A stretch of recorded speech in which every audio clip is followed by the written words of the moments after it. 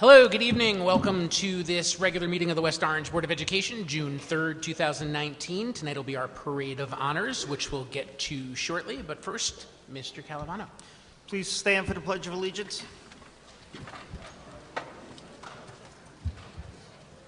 I pledge allegiance to the flag of the United States of America and to the republic for which it stands, one nation, under God, indivisible, with liberty and justice for all.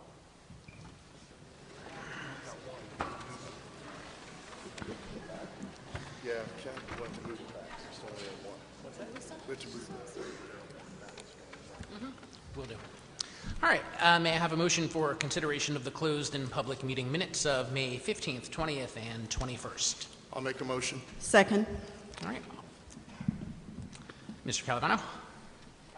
Mrs. Merklinger, Yes. Mr. Robertson, Yes. Mrs. Trigg-Scales, Yes. Vice President Mordecai, Yes. President Alper. Yes. Okay, we'll hold the student liaison report till later since we're down one for the moment. And Ms. Mendes, if you'd like to introduce. Good evening.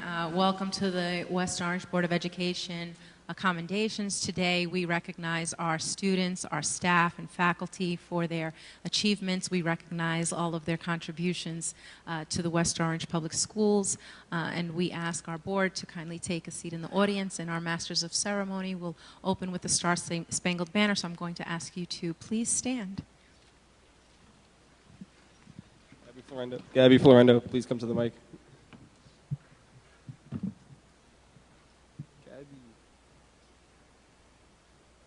Gabriella Florendo. Sorry.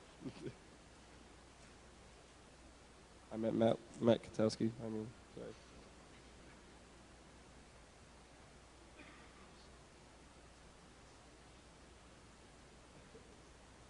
Oh, say, can you see by the dawn's early light what so proudly we hailed at the twilight's last gleaming, whose broad stripes and bright stars through the perilous fights o'er the ramparts we watched were so gallantly streaming, and the rocket's red glare, the bombs bursting in air, gave proof through the night that our flag was still there.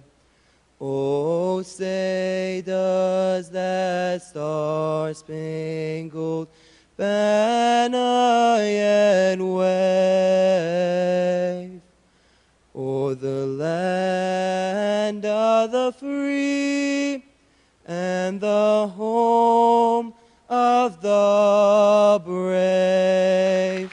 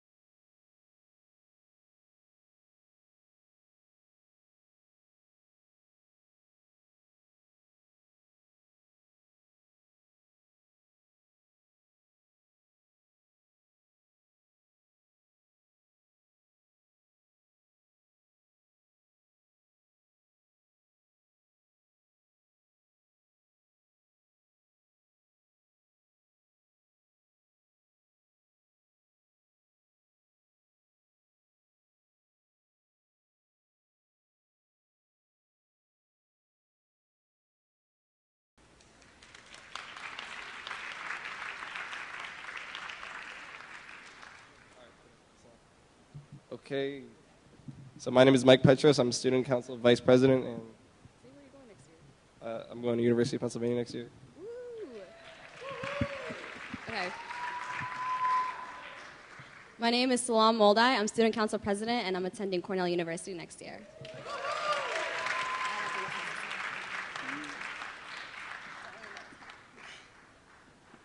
So I'm Ms. Connors. I am the student council advisor here, and also wanted to congratulate both Salam and Mike. They come here to do these events for us all the time at the drop of a hat, and they have a really great dedication here to West Orange High School, and we wish them all the luck next year, but did want to present you guys with outstanding dedication here for West Orange High School.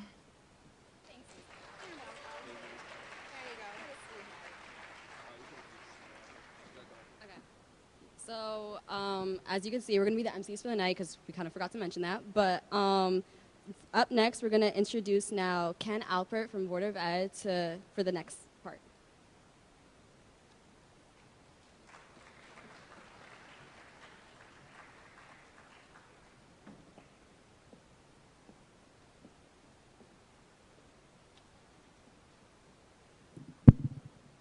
Good evening. We'd like to begin tonight by recognizing our student liaisons to the West Orange Board of Education, Cecina Dani and Arushi Bhatnagar. They're the first students to serve with us on the board, and they've been great. So again, let's hear it for them. Both of our liaisons are heavily involved in the high school community. Both are Mountaineer mentors and both volunteer at Kessler. Cecina is on the swim team in the Royal Strings Orchestra and is the vice president of the Science Honor Society. Arushi is vice president of the French Honor Society and a member of the National Honor Society, National English Honor Society, and Science National Honor Society. Both also participates in numerous other clubs and activities. Cecina is headed to Princeton in the fall and Arushi to Rutgers. Through this past year, Cecina and Arushi have brought numerous issues to the board's attention and helped give the students of our district at the high school, but also at the middle and elementary schools as well, a voice at the table. They've also provided thoughtful feedback about our district presentations and concerns that have informed our decision-making, and I congratulate them both on all of their hard work and accomplishments. Ms. Mordecai?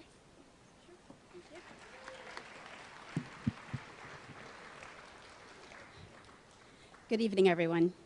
I wanted to also add my congratulations to both Arushi and Cecina. As a new board member, this was one of my ideas. I really wanted us to make sure we had student voices at the table. And after a few years, I consulted with other districts, borrowed their policies, and tried to come up with a policy that suited West Orange's needs. The Board of Education recognizes the importance of establishing communications with students to foster understanding of issues and concerns that affect students and the process of education in our schools. This is also a way of furthering the experience of students in the governance process and providing opportunities for our students to contribute to the future direction of our school district. Over the past few months, as Mr. Alpert just said, the student reps has contributed in several ways. I wanted to add a couple things. Before they were even appointed, Arushi started attending Board of Ed meetings. She wasn't quite sure yet what it was about, and she sent an email to the board saying that she wanted to be a part of the board, to be a liaison. She met with Mr. Moore to discuss plans to become a rep and started attending right away. The elections that are held, she said, were generally popularity contests. And if students weren't active in school, maybe the student body wouldn't elect one of them. So after she had attended several meetings, we realized that she was really passionate about being a liaison. And Mr. Moore said yes, and she was a fine representative. Same thing with Cecina. They're both very, very interested in this position. And in the end, they have contributed in several ways. The GPS locators that you now have on the school buses was a part of their idea. There's a website that students can contribute information to from kindergarten all the way through high school to let the student reps know what your issues are so that when they attend the board meetings, they can inform the board of any issues. Cecina, who is an ESL student, credits her appetite for reading at a young age for developing her English vocabulary. And she shared that information with us when we had an ESL presentation last year. She said that she's consistently, the superintendent said that she's always consistently impressed by both liaisons' ability to engage in an academic conversation at the skill and level that they do. And the board shares in that opinion. Thank you both very much for your contributions over the years. And I will say that you've set the bar really, really high for the next two representatives to come on the board. And I know they've already been searching for two representatives, and they will work on a transition process. And we hope to introduce you to the two new reps in the next coming two meetings. So thank you so much for all you do. And I believe we want to take a picture with all the board members and our student liaisons as well, because that's our complete board.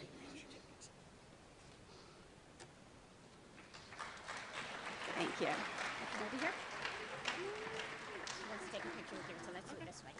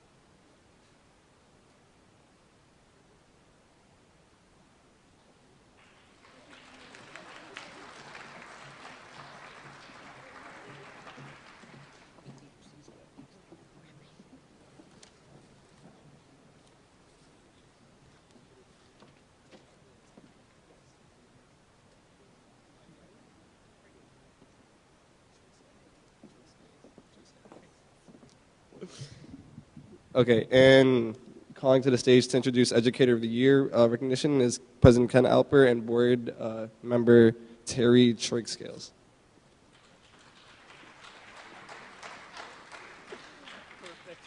Perfect. Ms. Triggscales and I are proud to present our Educator of the Year award to Ms. Kimya Jackson from Redwood Elementary. Ms. Jackson has been teaching at Redwood for the past 15 years, and I'll quote her principal here. Kimya always sees the best in her students and is able to draw out their personalities, talents, and skills. She provides leadership in various ways, most notably through her role in Redwood's Celebrating Diversity team. Thanks to her partnership with her colleagues and administrators this year, Redwood was able to develop substantive month-long celebrations of Hispanic Heritage Month, Native American Heritage Month, Black History Month, Women's History Month, and Asian Pacific Heritage Month. Ms. Jackson, come on up. Ms. Jackson consistently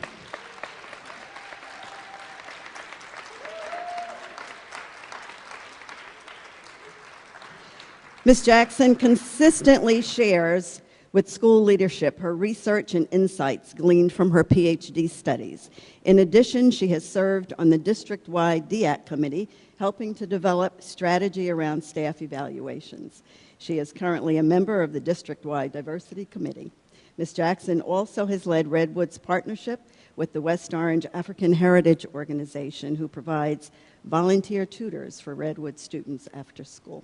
Ms. Jackson consistently exemplifies all that is best about Redwood Elementary School and the West Orange School District. She is a master of her teaching craft, an influential leader within our school community, and a resolute advocate for children. We congratulate you.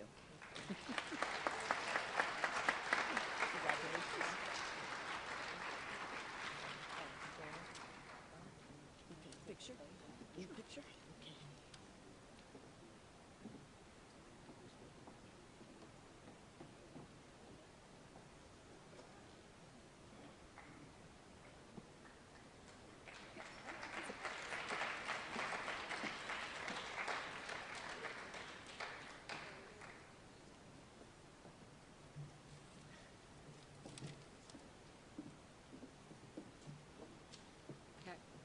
So up next is the Legacy Recognition Award, and this is for one of my favorite people in the world because she is one of the most hardworking people that I know and really shaped my elementary school years. And to present this award is Sandra Mordecai, Board of Ed member.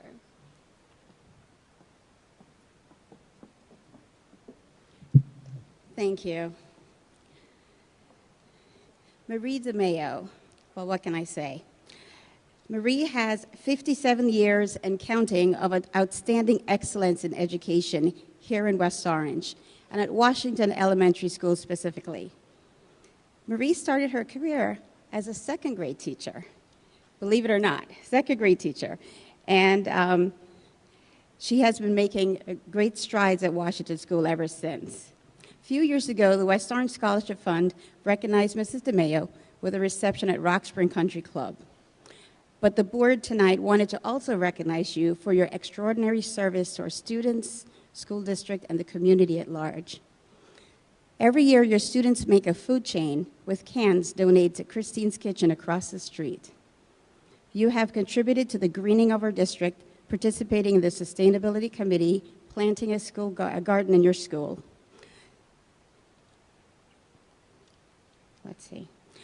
The Scholarship Fund has also established a permanent endowment in your name and a scholarship to be given to a graduating West Orange High School senior at Senior Awards Night, with a portion of the proceeds to go back towards Washington School to be used for a project of your choice. With your distinguished career here, Mrs. DeMayo, I believe you may be the longest-serving educator and administrator, and so that's why we call this a legacy award. You have blazed your own trail here and have set a legacy that will never be forgotten.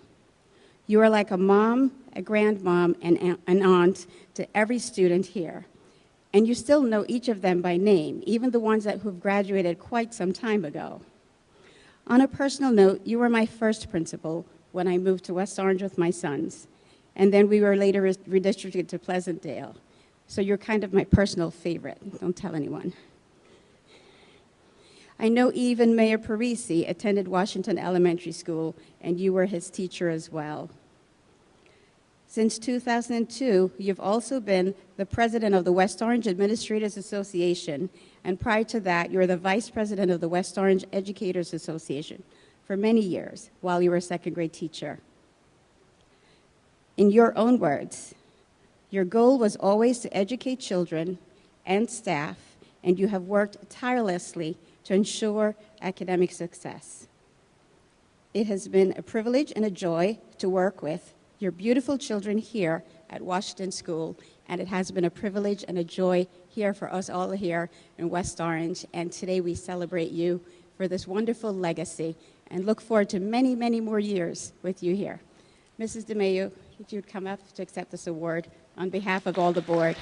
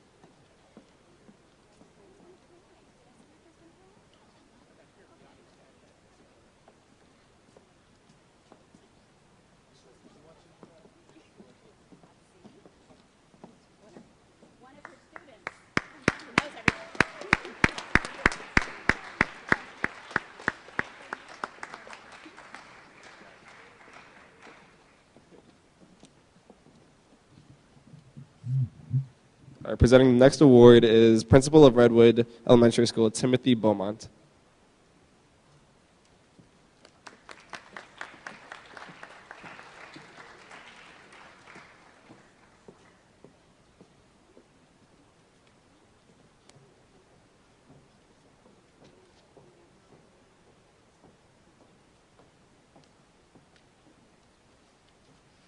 Good evening, everyone. Tonight's award is for Isabella Chen, one of our students at Redwood, who's been recognized for performance in performing arts. Isabella represented Redwood and the district by successfully auditioning for and appearing in an episode of one of my all-time favorite shows, HBO's Sesame Street. Isabella demonstrated the confidence, enthusiasm, and skills that she has developed during her time as a student in the district. She played the role of a superhero on Sesame Street's For Furry Superheroes episode. The episode first aired on HBO in April and has aired numerous times since. Congratulations, Isabella. If she's here, there she is.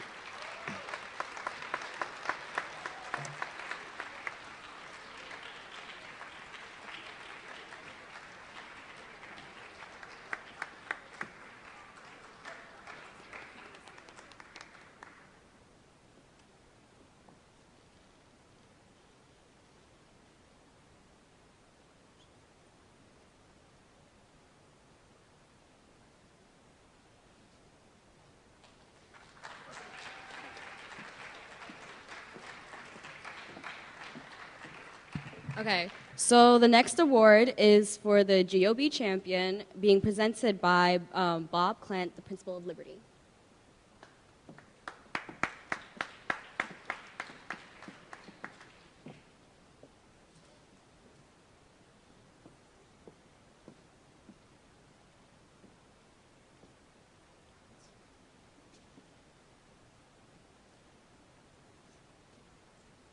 Good evening. Bob is at our band concert tonight, so I am here in his stead.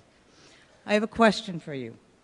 Mount Kuzico, located in the snowy mountains, is the highest peak in which country? Well, it doesn't sound like you guys know, but I know Matthew would know. And if you're curious, the answer is Australia. Matthew needed to know the answers to these questions and many other difficult questions to win the Liberty Middle School National Geographic Geography Bee.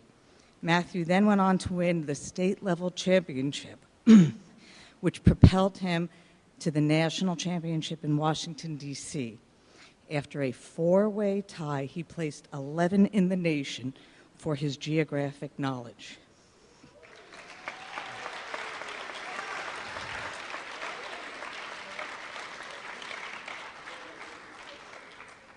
I spoke to his mom, who says Matthew reads atlases like most people read books.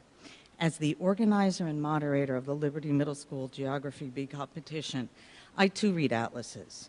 I know the richness of this exercise, and I hope more students will experience this in the future.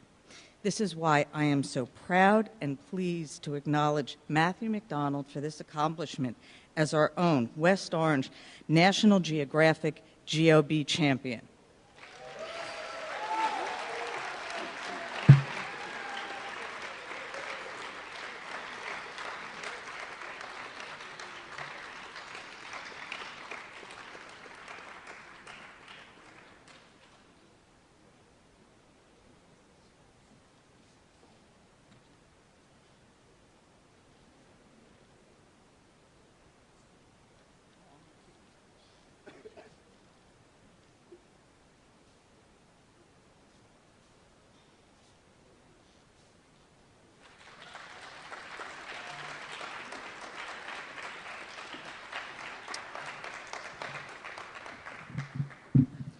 Calling to the podium for the ELA recognition is Terry Trickscales.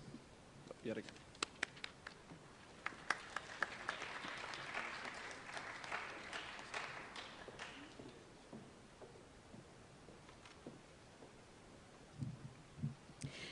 Three of our secondary English teachers, Ms. Maheen Ahmad and Mr. Arturo Rodriguez from Edison Central 6, and high school teacher Jennifer Studnicki were selected by the New Jersey Department of Education to collaborate with teachers from across the state to work on 3 initiatives over the course of the 2018-19 school year.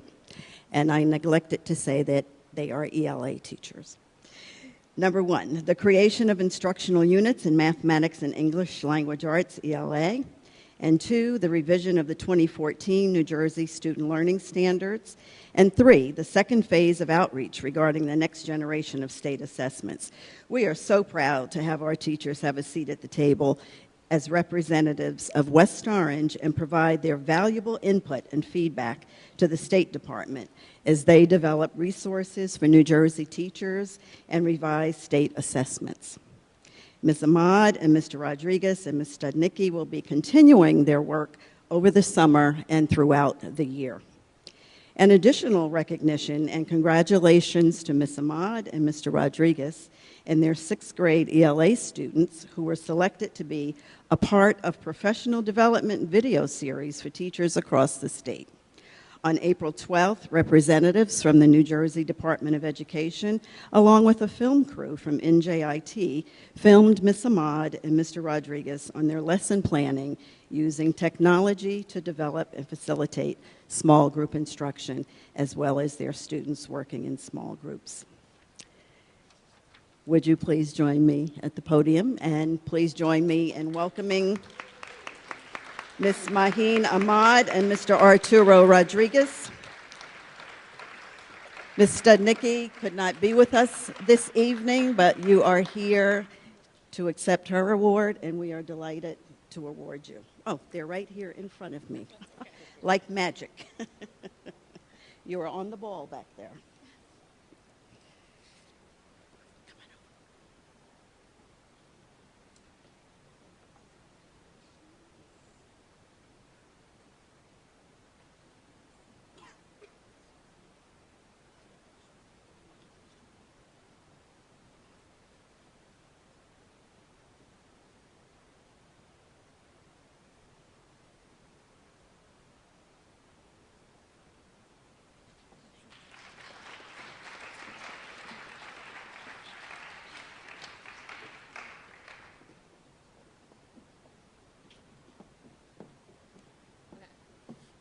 Up next is the Outstanding Accomplishment in Creative Writing, and presenting this award is Ms. Veneciano, the Acting Assistant Superintendent.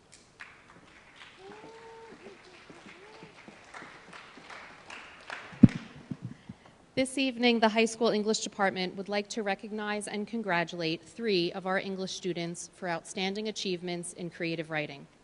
These students composed short stories for an interdisciplinary Institute of Humanities end-of-unit performance-based assessment, and also entered their stories into the 2019 New Jersey Council of Teachers of English Writing Contest. Unfortunately, all 3 students and their very proud English teacher, Mrs. Sullivan, could not be here this evening. They are attending the American Ballet's performance this evening as part of our Institute for Humanities program, so I will be accepting their certificates on their behalf. Amber Goldberg.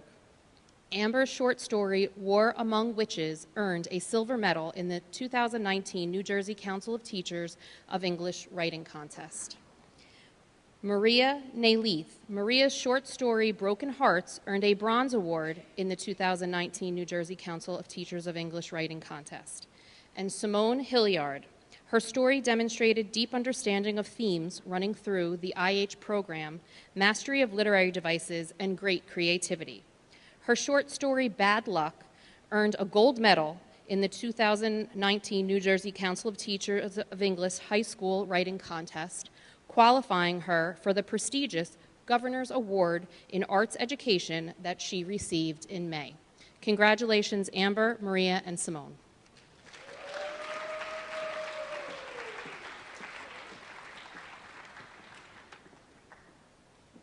All right, calling to the podium to recognize the Regional Chemistry Olympiad winner is Stephanie Soriano, Supervisor of Science.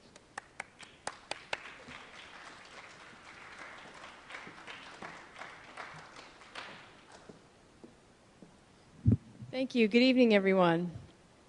The Chemistry Olympiad is an international competition.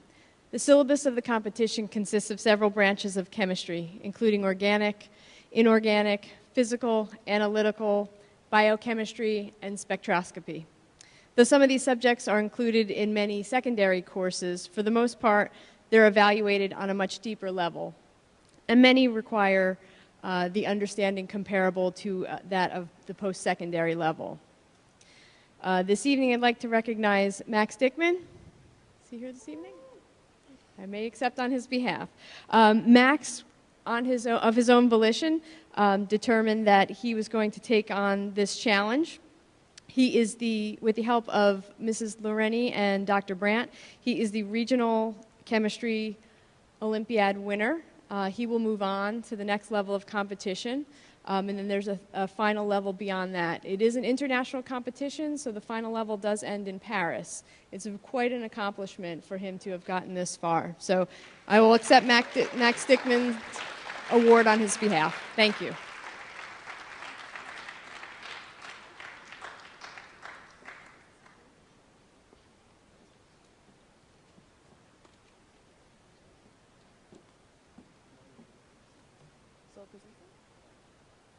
Okay. So for the next award is the math recognition for the Algebra 2 team. They placed third place in the Essex County Math League. And to present this award is Ms. Steinberg.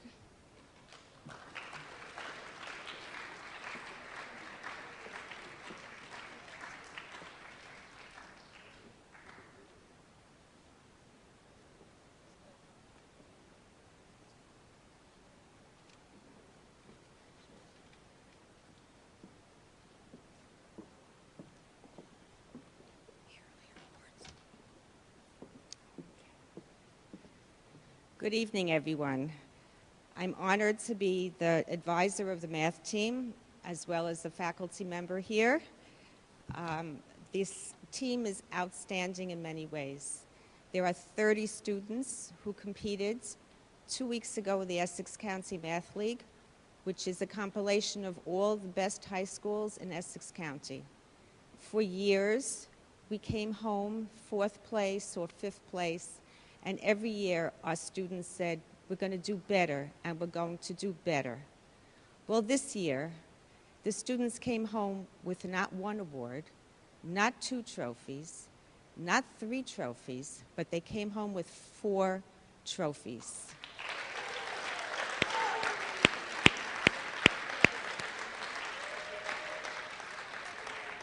I'm so proud of their accomplishments. Each one of them came after school or during lunch and sacrificed their time to study math, to do problems over and over. A special thank you to my seniors, who for 4 years competed, and every year they came back and said, next year we're going to do better. Well, guys, you did it. I'm so proud of you.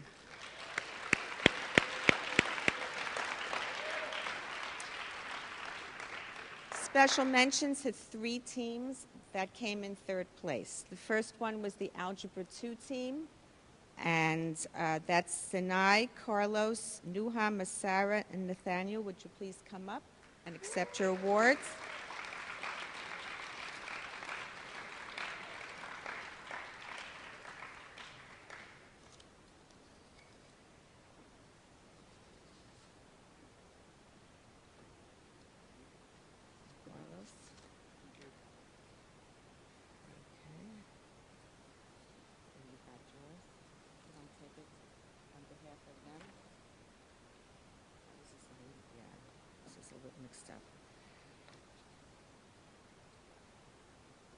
Okay, and the geometry team, which was, by the way, they were my students, they're in my class, and they're in the IMS program, and I'm so proud of you. Would you please come up? Emily, Ayush, Valentina, Trinity, Carter.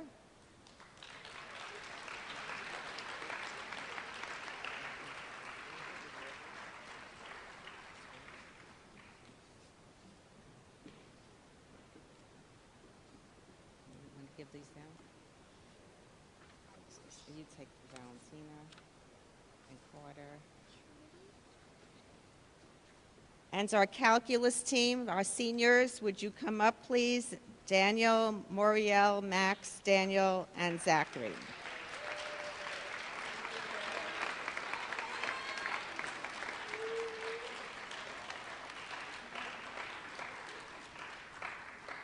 And if there's anybody else from the team, would you please come up also and accept an award as well? Here we go. You want to take for Mrs. Marielle? This is yours. I know. Here. I think there's two. Yeah, just bring it to him. Okay, great. Are we going to do this?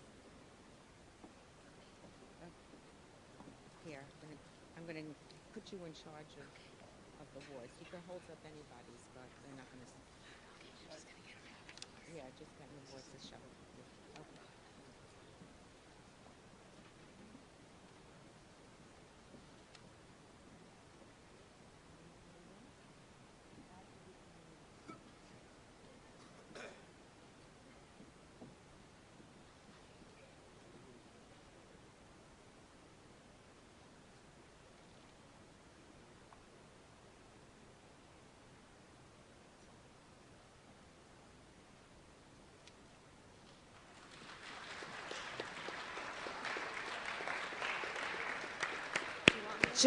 Just one more comment. I would like to especially thank their teachers. We at West Orange High School work very hard, our teachers, with our students, and we can show the world that we have the academic excellence of the top schools in Essex County. Thank you.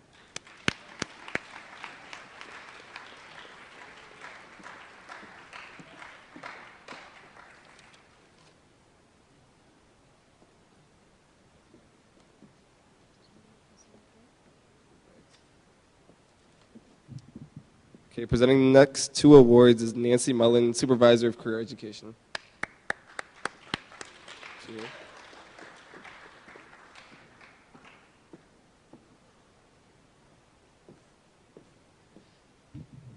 Good evening. First set of awards that I'll be presenting are for the Family, Community, and Career Leaders of America Club, which stands for FCCLA. We had our students that competed in March of this year, March 28th and 29th, in several competitions, and several of the students are here tonight. Our students received 2 gold medals, 2 silver medals, and 1 bronze, so that was a huge accomplishment. We have Marissa Edelman, who won bronze in cake decorating with the theme of Oh, the Places You Will Go by Dr. Seuss. We have Jordan Fensky, who's not here tonight, but she won silver in the luncheon menu showcase with the theme of Under the Sea. And we have 3 students, Nanma, Laurel Adamus, and Ashley Azana, who won the gold in Manners Matter, where they showcased teaching table manners to preschoolers. Blessing Azubu in silver in storybook ethics using the book Adorabilis. And 3 students competed in Toys That Teach and won the gold medal, and that's Corey Isaac, Ashley Azana, and Faith Nizwi. And they can come up, those of you who are here tonight. I know that Ashley, Laurel, and Marissa are here, so if we can give them a round of applause.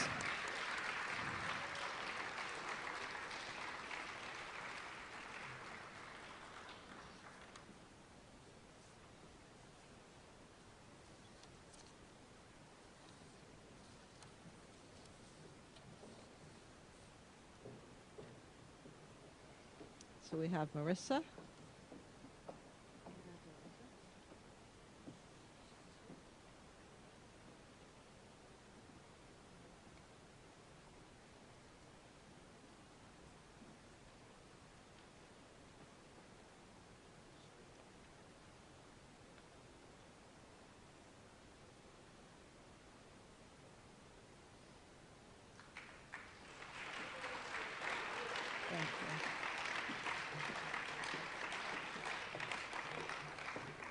I'm going to ask Dr. Cheryl Dunlap to come on up to help me present the Skills USA Awards.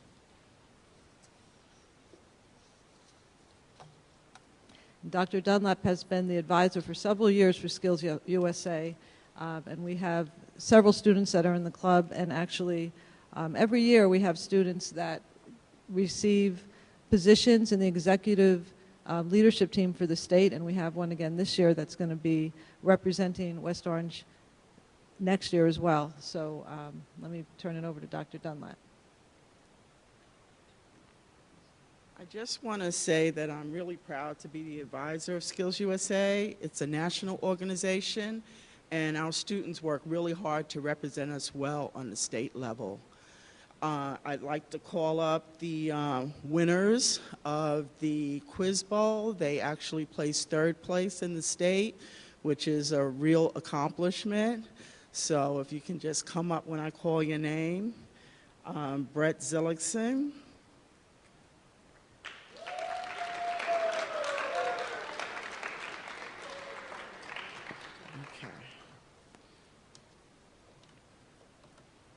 Brett will be our vice president next year here for Skills USA Club. Next, I'd like to call up Anaya Fadali.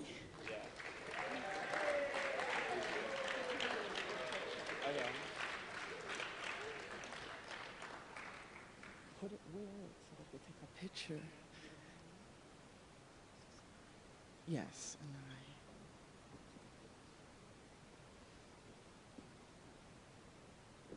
Okay, Anai will be our secretary here at the School for Skills USA next year. And last but not least, I'd like to call up Shrey Sanvi. He's not here.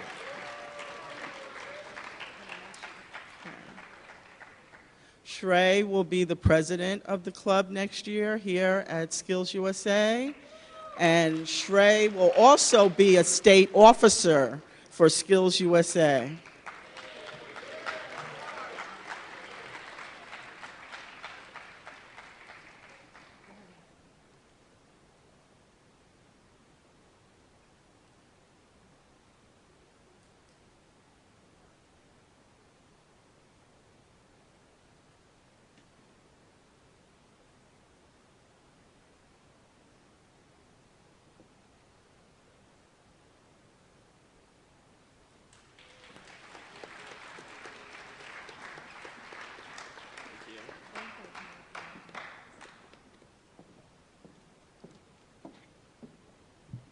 Up next is music recognition being presented by Sandra Mordecai.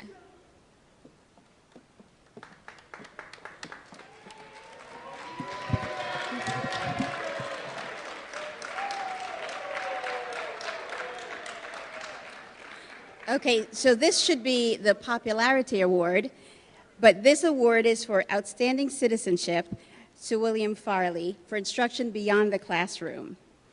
And of course, it's a music recognition, and pretty much all the students here have been in Mr. Farley's classroom. William Farley graduated from Neptune High School in Neptune, New Jersey, served in the United States Navy from 1980 to 1986 in the Navy Band, Seattle, Washington. He received his bachelor's degree in music education from Westminster Choir College in Princeton, New Jersey. He received his master's in music education at Montclair State University and is currently studying for his doctorate at Liberty University. Mr. Farley has worked at Irvington High School from 1991 to 2000 and has been here with us at West Orange High School for 19 years. I nominated Mr. Farley because I know every time we have graduation, the music is so amazing, and the step team here, our boys step team, has placed #1 in the country in 2012. The step team has been state champs 2009, #1 in the state 2012 to 17 and 2019, national champs for Youth Step USA. Youth Step team also placed 2nd and 3rd 2013 to 2017, and an undefeated season from 2018 to 2019 with 6 competitions where they placed #1. As most of you know, Oki Anadawan, also the captain of our step team in 2004, won a Tony Award in his role on Broadway in Hamilton. So he's our most famous alumni who learned a lot from Mr. Farley.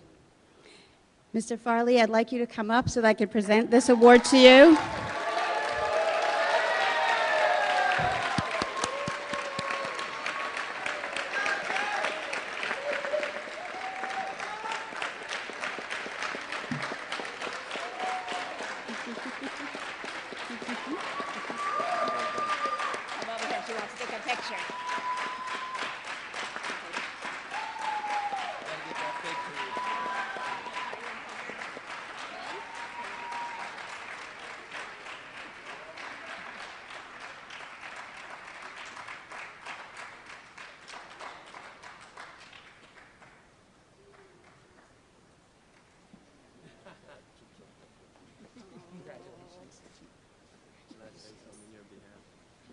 I offered the microphone to Mr. Farley, but he's so humble, he won't say anything. But I do want to add my thanks to his wife and his triplets for loaning him to us every day for 19 years.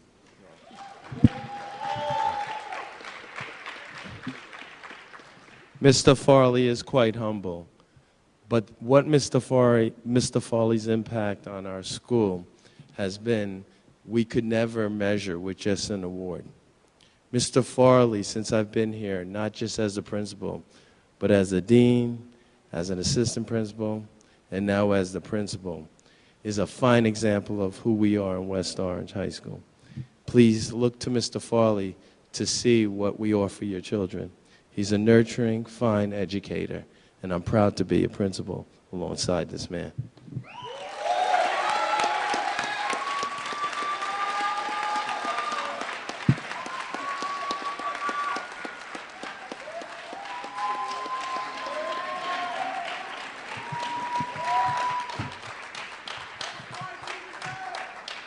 All right.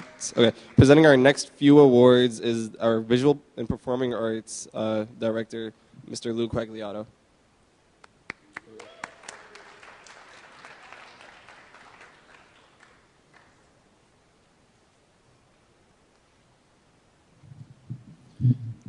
Tonight we are honoring Ms. Lopez, who's one of our art teachers at both Roosevelt and Liberty Middle School. Ms. Lopez this year was nominated for the 39th Annual Governor's Award in Arts Education. The qualification for this nomination was based upon her other recognition this year, specifically the National Art Education Association Award of Excellence for Youth Art Month received in March. Her contributions to youth art education are being recognized well beyond the West Orange School District. So, Ms. Lopez, can you come up?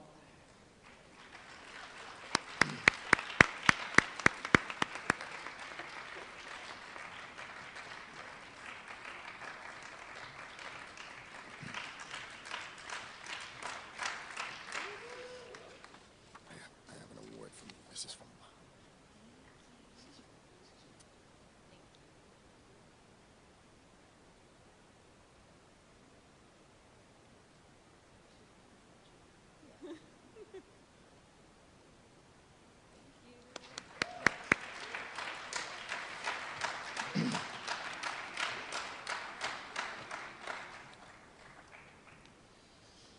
Next, I'd like to recognize one of the students in our AP Studio Art program, Ms. Progya Paromita. Progya won a Silver Key Award in the Scholastic Arts Competition this year, and in addition, Progya won second place in the Mixed Media category for the annual Congressional Art Show, which took place at the Newark Art Museum. Progya, come on up.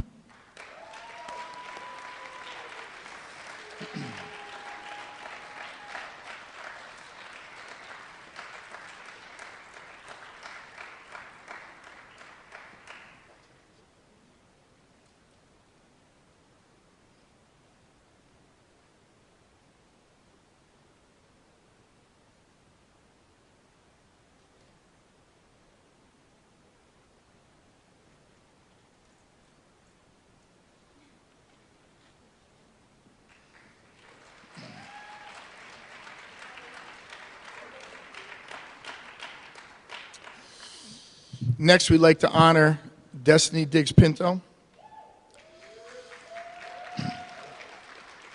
This year, Destiny was nominated and named a 2019 National Young Arts Foundation Merit Award winner in the jazz double bass, Selected from the most competitive pool of applicants to date, Diggs-Pinto, Destiny, has been recognized for outstanding artistic achievement and joined 710 of the nation's most promising young artists from 44 states across the literary, visual design, and performing arts. In addition, Destiny will be attending the Manhattan School of Music on a full tuition scholarship in the fall, 2019, my alma mater, and will be studying bass with the great jazz artist Ron Carter. Destiny, would you come up?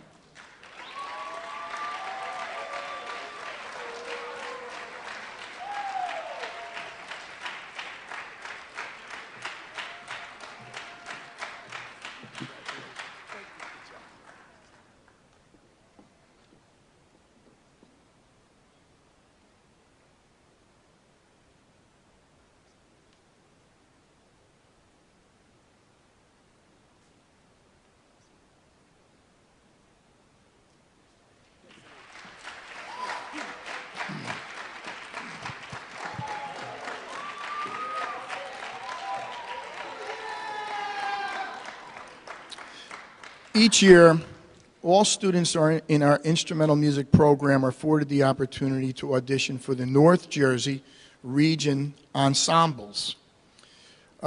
Once the audition requires a bunch of audition criteria students prepare. It's an out-of-district organization. And once accepted into an ensemble, they have the opportunity to be invited back and continue to audition for upper-level ensembles. Tonight we're going to honor Louis Kravitz, for being accepted into North Jersey Area Band, Region 1 Band, All-State Band, and the All-Eastern Ensemble. That's a monumental task. We don't have individuals quite often that get accepted into all those ensembles. Also, Louis will be attending the Butler School of Music at the University of Texas at Austin. Louis, would you come up, please?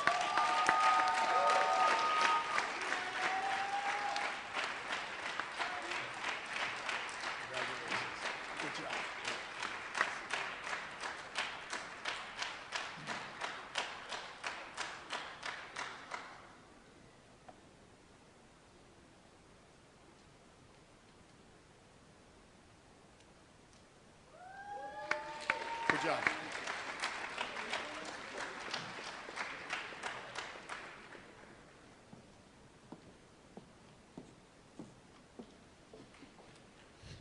To present the Athletic Director of the Year award is Cheryl Merklinger, board member.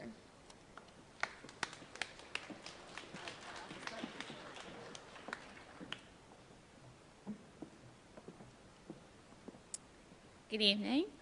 I have the pleasure of introducing and awarding Mr. Ron Bly with the Athletic Director of the Year. He's being recognized by the Super Essex Conference and the Essex County Athletic Directors Association. Mr. Bly has given over 40 years of his time and dedication to the sports community throughout New Jersey. His family helped found the Wien PAL program, which is near and dear to my heart, being involved with the PAL program here in West Orange.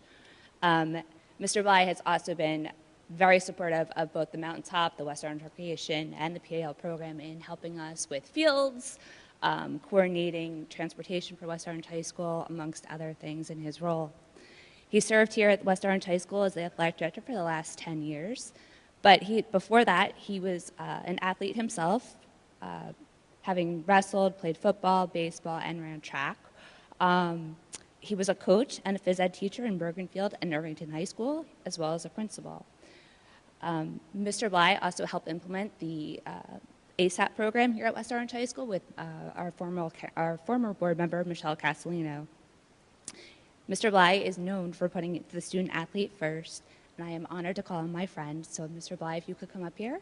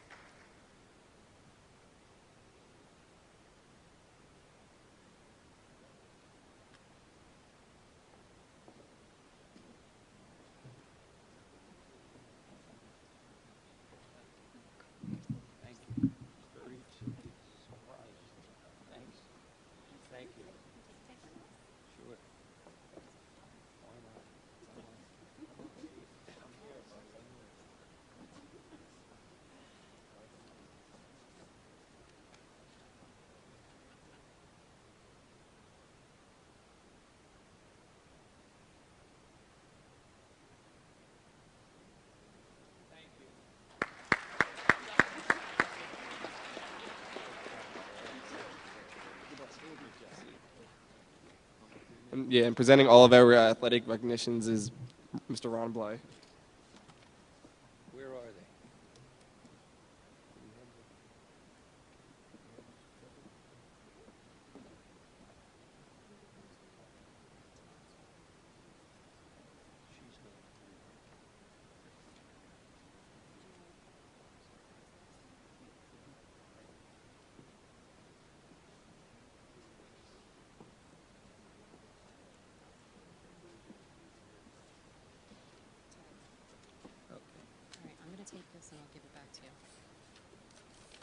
I'd like to call up Coach Urbanski.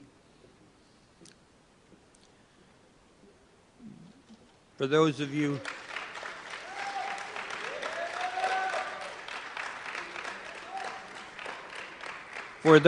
not familiar with Mr. Urbanski, I consider him to be a master teacher as well as a master coach. He could probably coach any sport in this school. Bill? Okay, our first recognition goes to one of our golfers. Tyler was the first golfer in the history of the school to win a state sectional. Okay, he's a 4-year.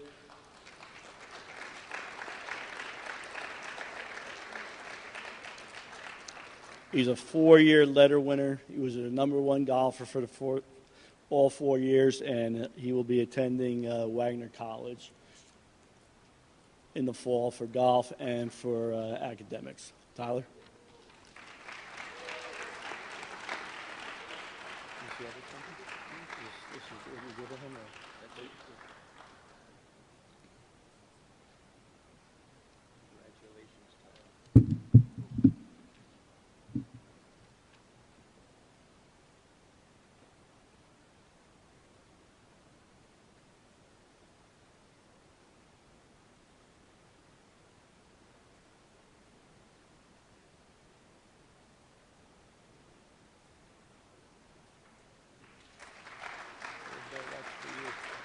Thank you. Okay.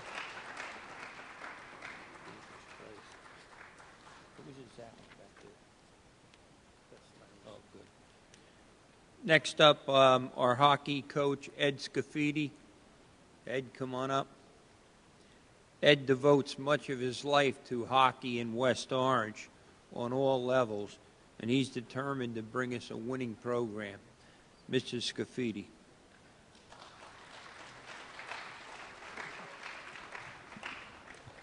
We're here to recognize Davey Campbell. Davey, come on up while we read some of your stats here.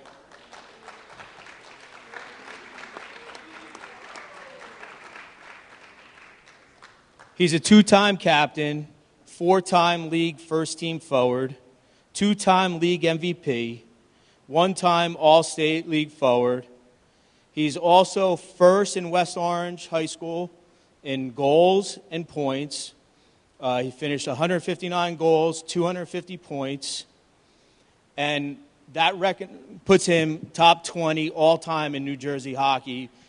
70 years of hockey, thousands of players, and this kid's in the top 20. Davey Campbell.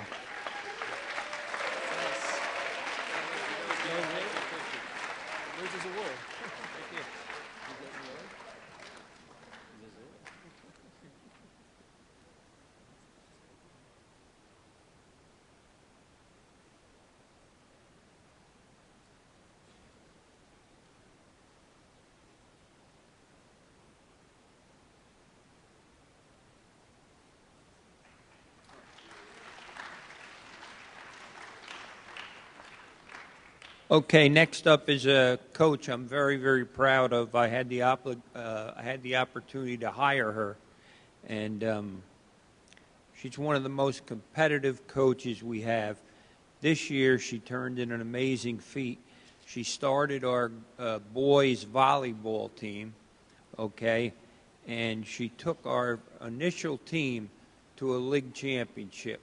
I'd like to call up Coach Cruz right now, Jackie Cruz.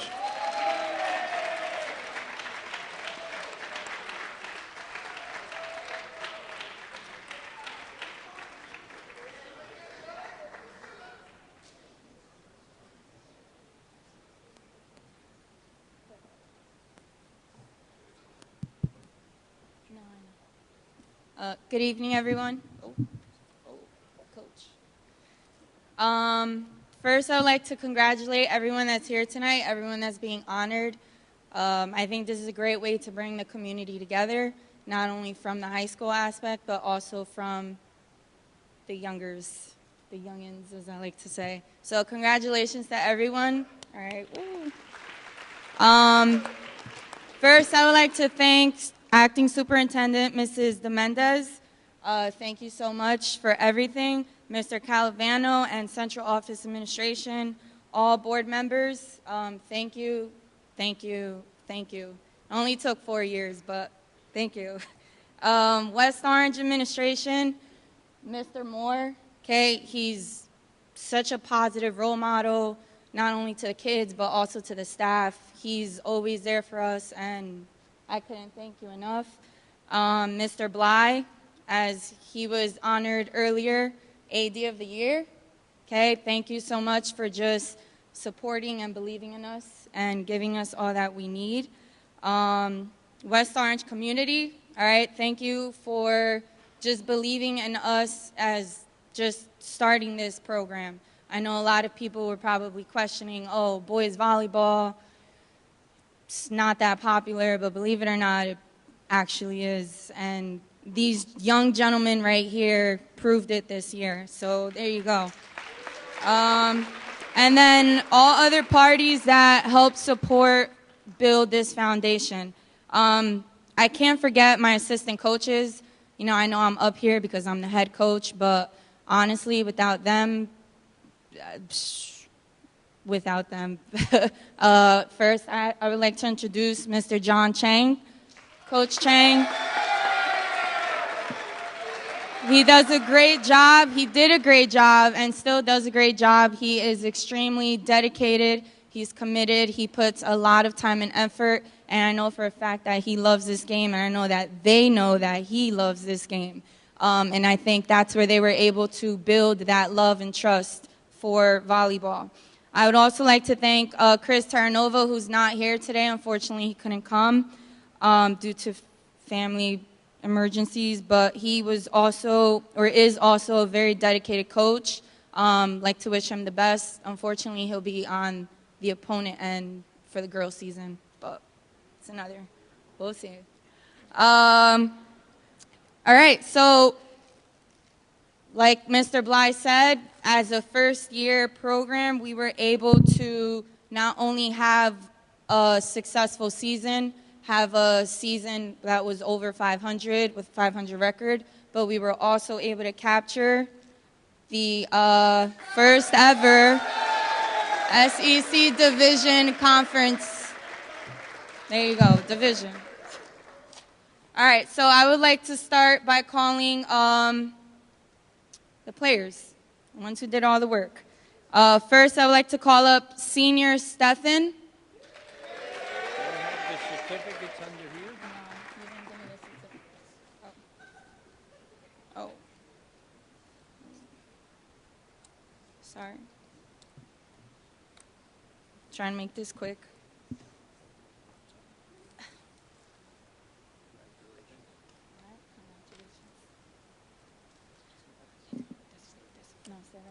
Next, I would like to call up Junior Yasin Ali.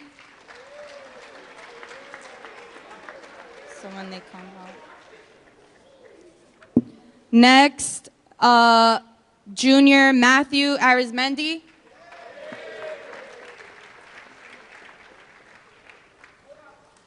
Junior Jordy Castillo. Junior Justin Dorcius.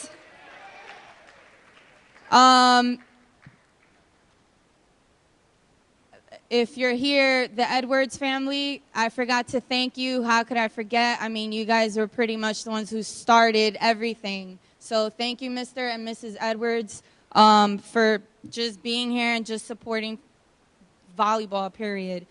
Jackson Edwards, Junior Jackson Edwards.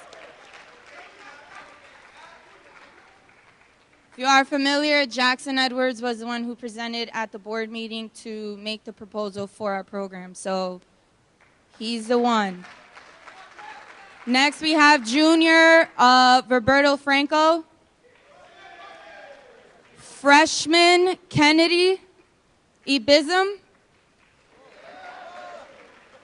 Senior Matt Katowski.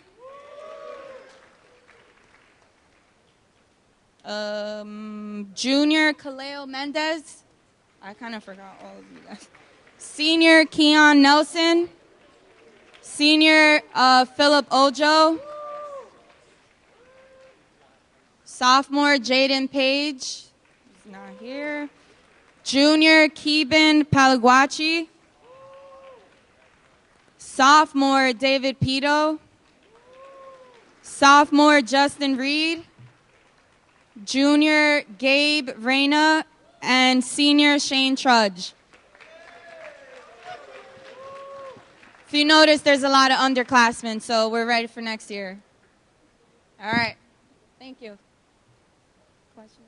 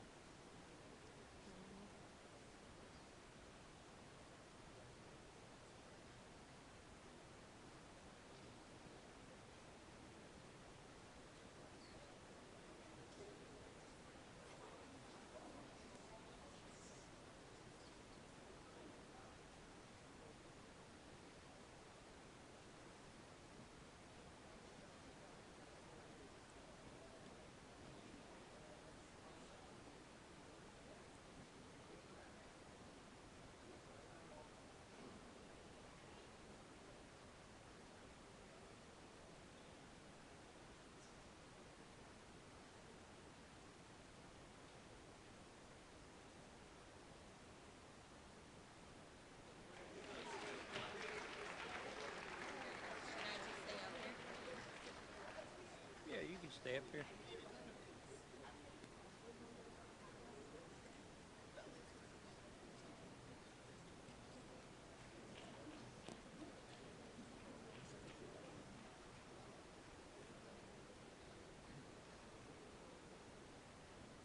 Coach Kenise Williams and Coach Jackie Cruz are the two main reasons that they have jump-started our girls' athletic department. Last year, we were crowned for the first time in school history. We were called the Olympic Cup champions. We were ranked the #1 athletic program for girls in Essex County. It's quite an accomplishment.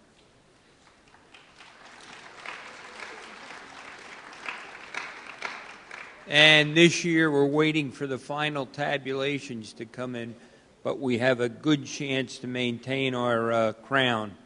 Now, the second half of the dynamic duo is another coach that is extremely competitive. She's hard-charging, and she's a hard worker and an outstanding math teacher. I'd like to bring up now Coach Kenise Williams.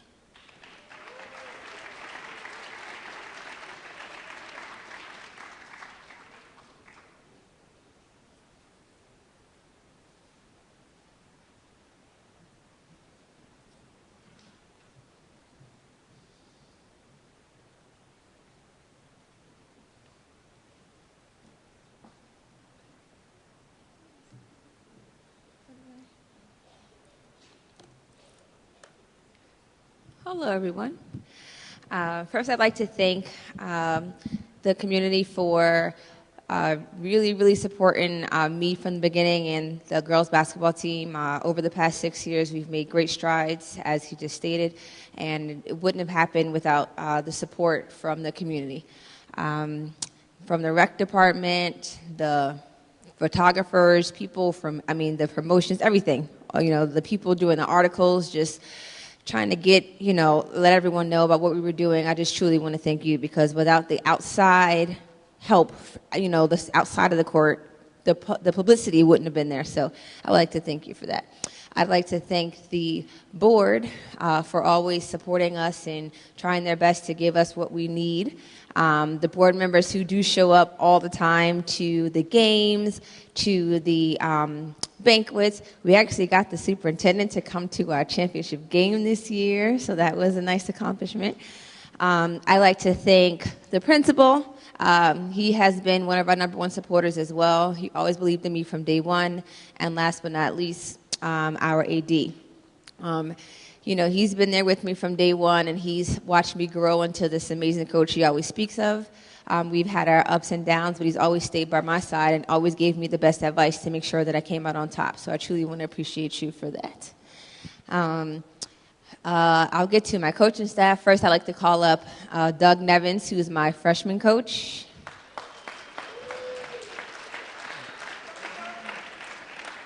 Next, our varsity assistant, who's Megan Colabella. And our JV coach, Jackie Cruz.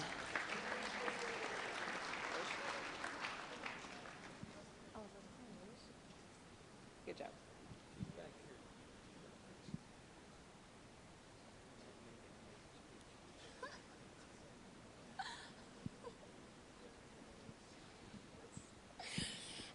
Now set to call up the girls. I'll start with Tracy Ilderis. Okay, are there names on these or anything? Yeah. Okay. You gotta read them. Ooh. What are they like?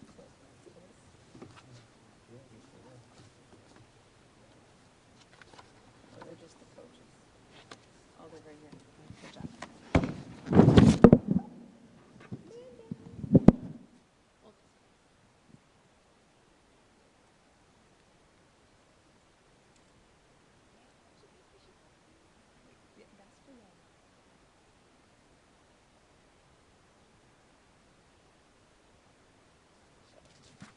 Kylie Capstraw.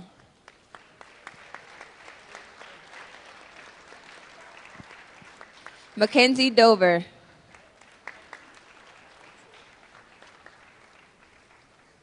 Tanira Johnson.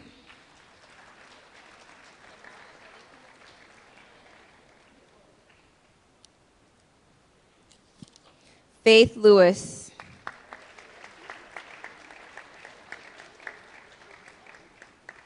Ebony Odom Barnes.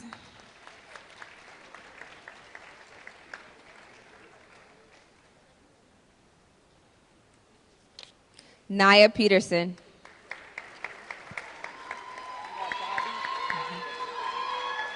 Daviana Phillips.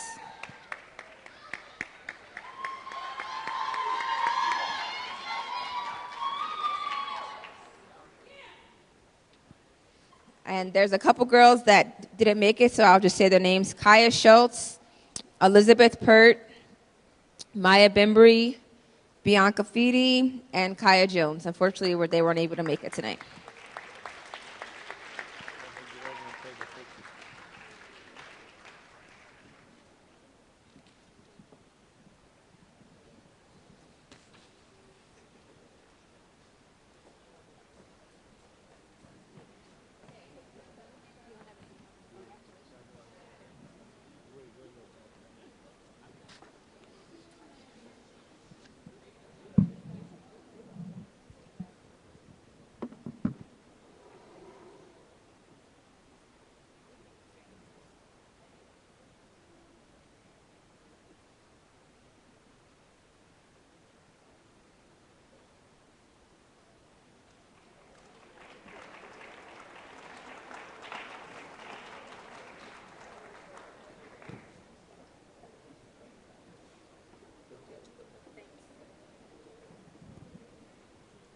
Okay, our next team we're going to honor tonight just got back from, I guess, their last meet of the season outside of the Meet of Champions, which will be held on Saturday.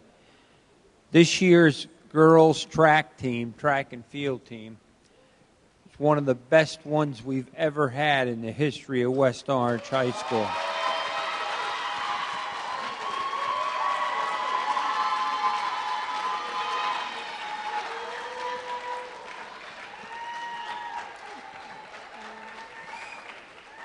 This team is league champions, relay county champions, and individual county champs. Quite a season, ladies. It's led by one of what I consider to be one of the best coaches in the state. Okay, it's my pleasure and honor to call up Coach Felicia Blake.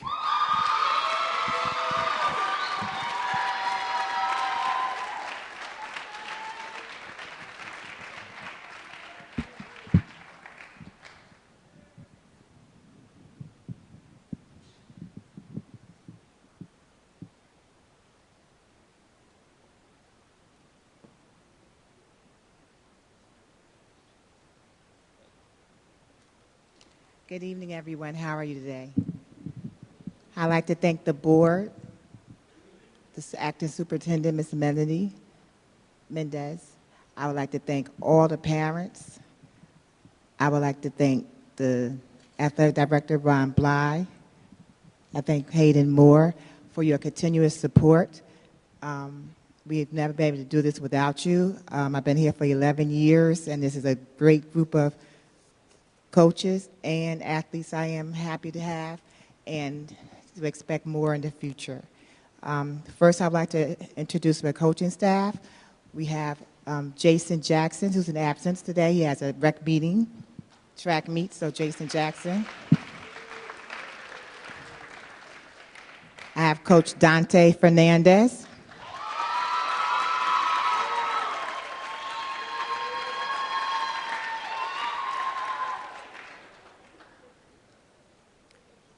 And Coach John Prescott.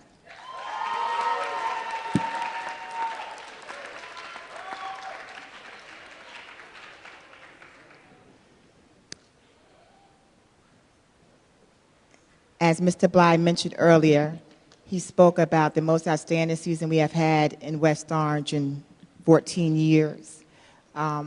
We have set 8 school records. We have 3 athletes that are nominated for their class Athletes of the Year in track and field, in Abigail Vital and Danae Hill, and freshman Olivia Prescott. We have the most number of athletes going to compete in the Meet the Champions this weekend, with 8 girls and 4 boys, and we also have a number of 11 athletes that qualify for nationals.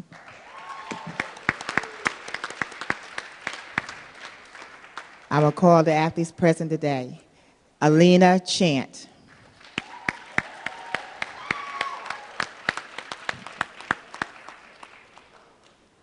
Isis Colvin.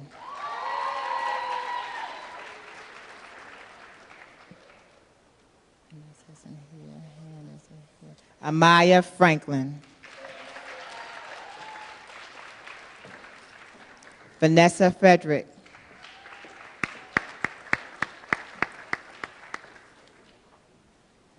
Layla Giroux.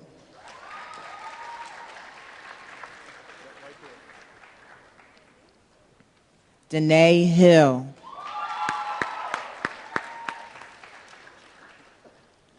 Ariana Khan. Catherine Lopez Jacobs.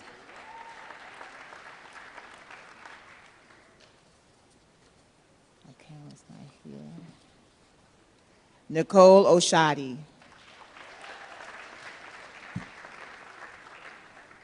Naya Peterson.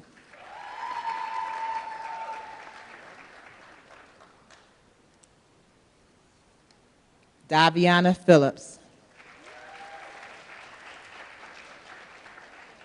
Olivia Prescott. Maya Tobin. Stephanie Urias. Abigail Vital. Tiara Wilson. Brianna Jackson Dickens.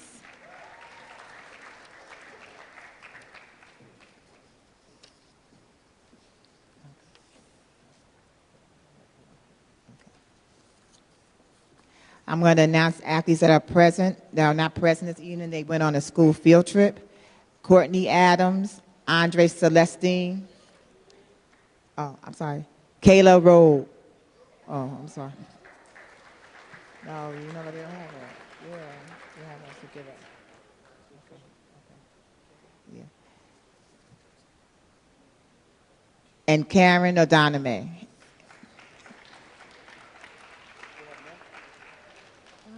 Oh, Andre came up.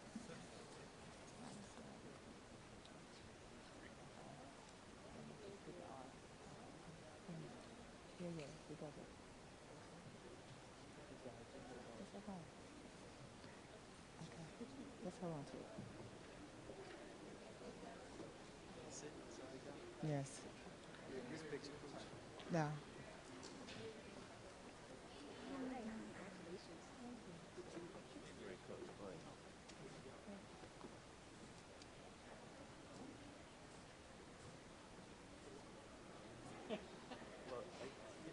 Do you want us to bookend?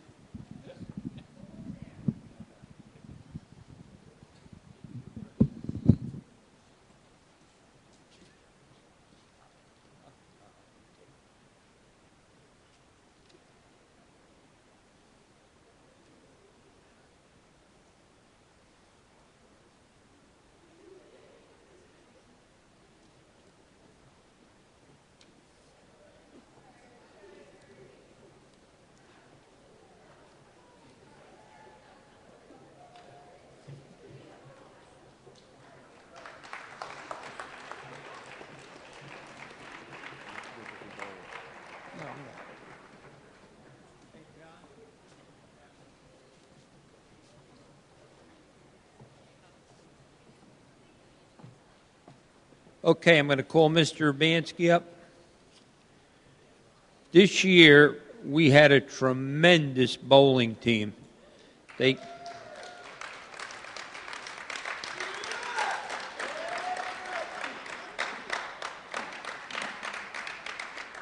also swept to a Triple Crown win, first time in school history. Bill, come on up. Now, this team hasn't gotten their awards yet, and I would also just like to thank our board members for how generous the Board of Education is with the special awards we give out to our athletes. And I would also like to invite you to Senior Sports Award Night. That's Wednesday night at 7 o'clock in this auditorium. So if you could make it, we'd love to have you as our honored guest. Again, here's Mr. Urbanski with his bowling team.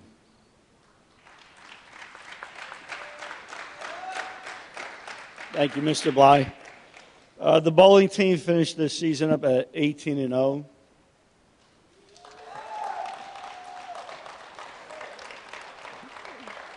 They captured the SEC Liberty Division Championship and also the county tournament. All right. So, Owen.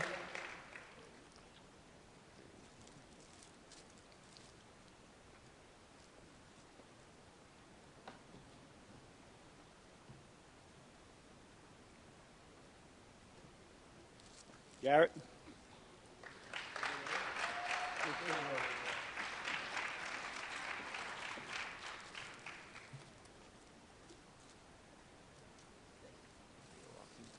Kieran.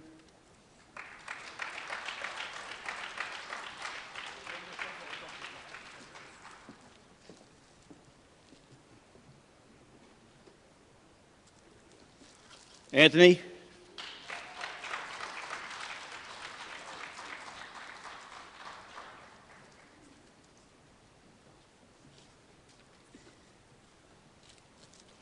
Gio.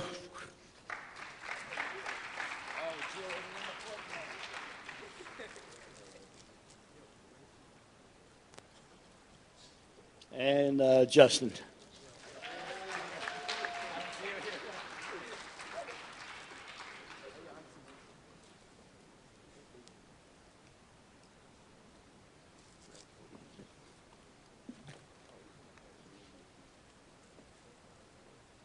Take it over here, guys. Move over a little farther.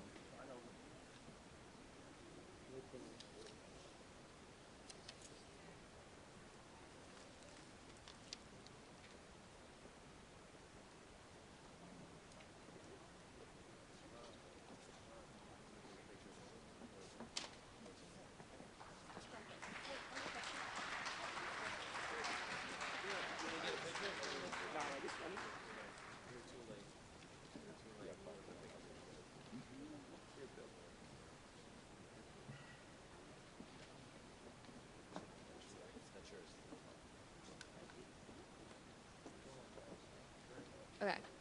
So the next award is the Award for Youth Development and Educational Partnership, and presenting this award is Mr. Mark Robertson. Good evening. The first award for educational partnership and for youth development is to Tim Brennan. I've had the honor of knowing and working with Tim Brennan as a scout leader for many years, and this award is going to Tim for a couple of reasons. One, over a decade, Tim has helped in the character development, skills development, leadership and teamwork development of probably easily 1,000 boys in West Orange. And in addition to that, as president for the Chamber of Commerce, West Orange Chamber of Commerce, Tim also led efforts to raise monies for scholarships for our kids and efforts to recognize our kids at the chambers, at the chamber breakfast, etc. And Tim's dedication has been consistent and it's been tireless when it comes to youth development and educational partnership. Tim Brennan, please come on up.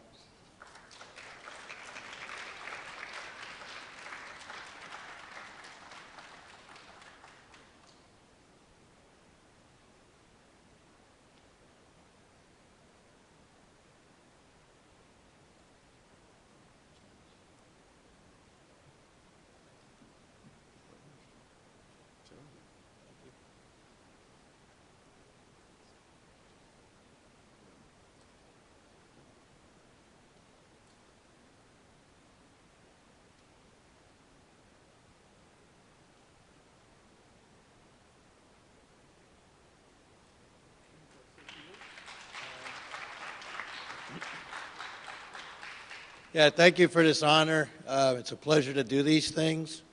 Obviously, I don't do this all on my own. I have a team of probably 12 other leaders, some of whom are with me tonight. I also invited 3 of our seniors from West Orange High School this year. Only 2 could make it, but 2 are Eagle Scouts, and a 3rd one's going to be going to West Point. So we got a good track record going there. All right, thanks. Thank you, Tim. Next is a recognition that it's truly an honor for me. That's to the Badlanis, Sangeeta and Sunil Badlani and the Nikhil Badlani Foundation.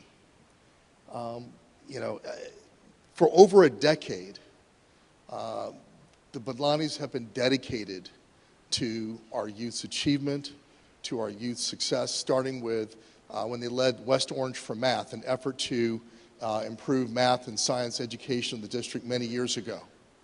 And when the Badlanis were met with the horrible tragedy of the loss of their son Nikhil to a distracted driver, they turned loss and the love for Nikhil into a lasting, enduring love for our community and a movement that has not only touched our community, but touched the entire state of New Jersey.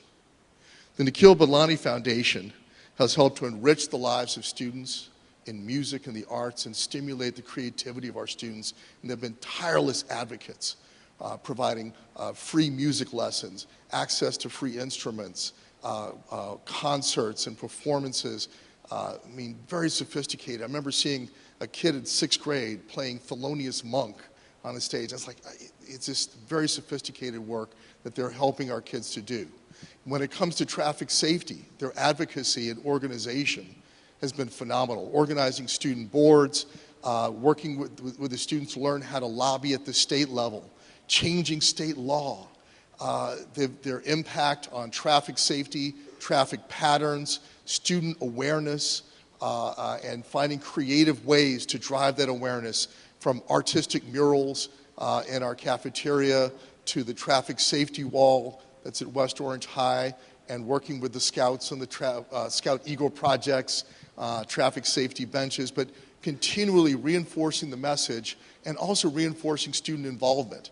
Our students have been actively involved as a board, as a student board and student volunteers in helping to bring that message to their peers and becoming true advocates for traffic safety. And then, of course, there's the Walk for Nikhil annually, which really brings out members from across our community and from across our state, and taking the pledge for traffic safety. This dedication to tireless dedication to our kids, to our community, through music and traffic safety. For this, we want to award the Badlanis for their educational partnership and advocacy. Please come on up, Sunil and Sangeeta Badlani.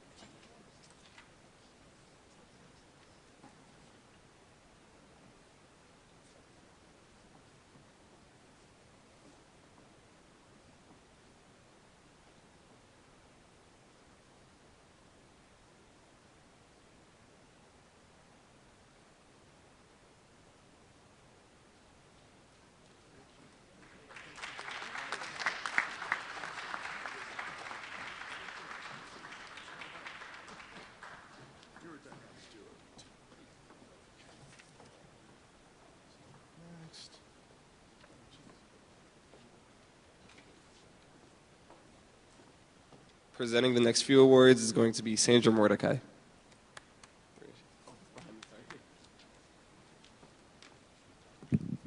Thank you.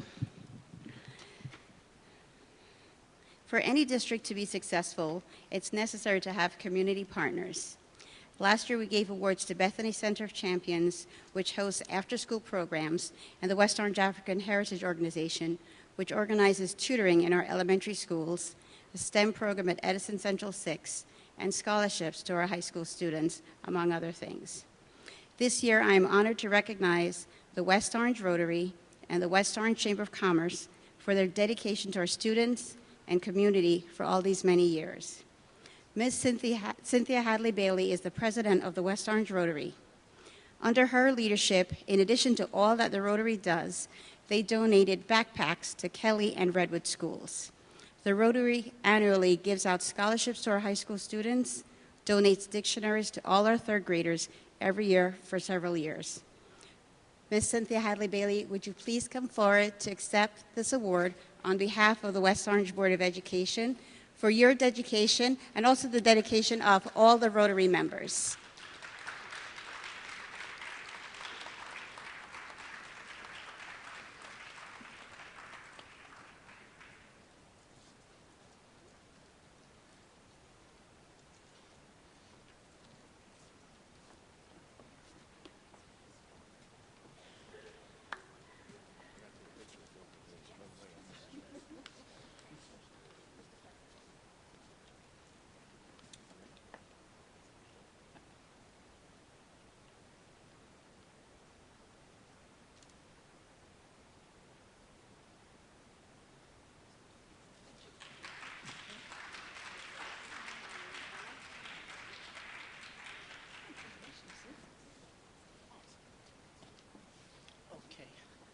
All right, Sandy wants to know if I want to say a few words about Rotary.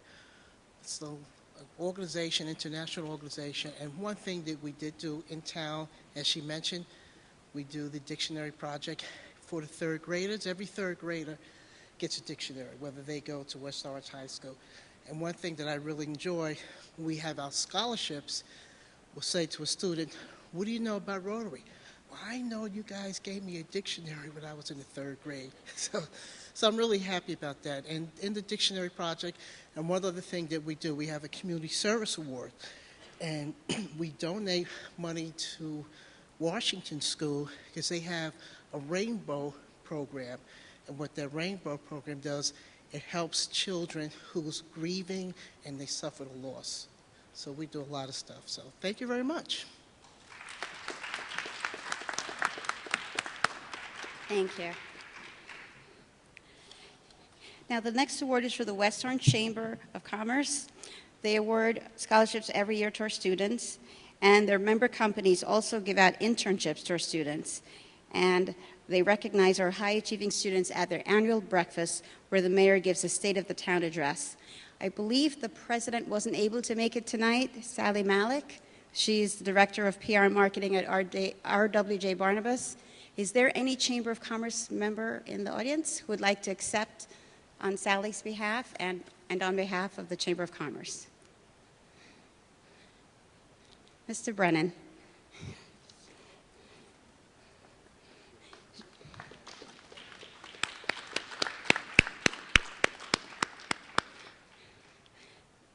Mr. Brennan does double duty. He was also the former president of the Chamber of Commerce while being an awesome scout leader.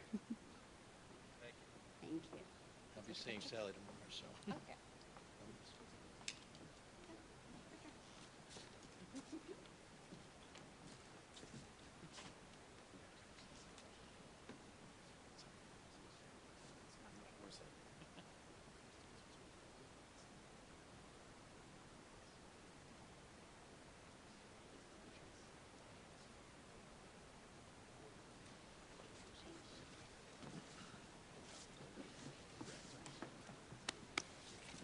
Thank you.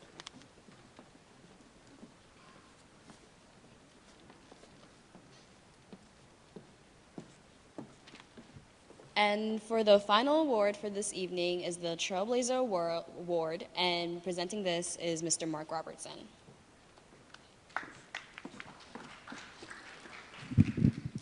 The Dylan Pinnell Trailblazer Award is a Board of Education award that we first, by resolution, passed last year. This award is bestowed upon a student or students whose ideas and actions result in a lasting contribution to the West Orange School District, and whereby those contributions enhance one or more of the following areas: culture of the district, student life, student environment, curriculum, training, career development, civic or community involvement, education activities or programs. The student we have unanimously selected, Vanessa Letman, has made history by becoming West Orange High School's first female student to attend the United States Military Academy at West Point. Woo! That's right, give it up.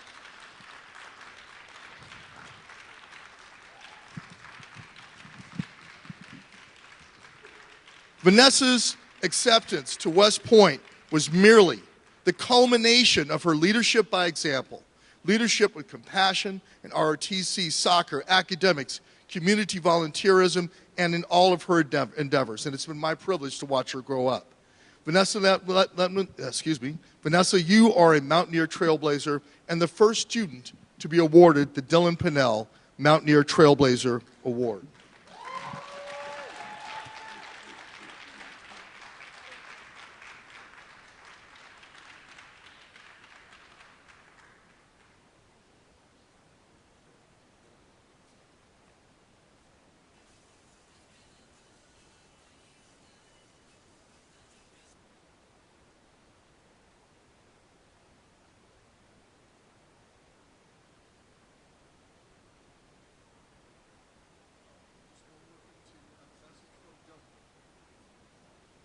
Dylan just sent a note earlier through his mom. He was deployed a while ago and is now in a safe port. And due to Operation Security, I can't tell you where. But anyway, Dylan says, good evening, Superintendent de Mendez, Board of Education, members and guests, and good evening, Vanessa. I wanted to congratulate Vanessa Letman for being awarded the inaugural Dylan Pinnell Trailblazer Award. I cannot think of anyone else more deserving of being called a trailblazer and upholding the standards established by the board when honoring me last year. Having a dream and then pursuing it, working towards it, and fighting to attain it are definitely exemplified in Vanessa. I have known her to be tireless, determined, and inspiring. I am so proud of her and know she will carry on excellence at West Point and beyond. I wish I could have been there this evening, but my ship has just arrived and returned to his home port. Actually, he does say, he can now say officially, he's at Pearl Harbor, after a long deployment. On behalf of my parents who are with me now, we wish to congratulate Vanessa Letman and wish her fair winds and following seas, and thank the Board of Education for their selection and constant support of me. the Mountaineer Squadron, and all of West Orange Public School students. Congratulations again, Vanessa, and sorry, I have to say this. Go Navy, beat Army! Sincerely, Dylan R. Pinnell, Ensign, United States Navy.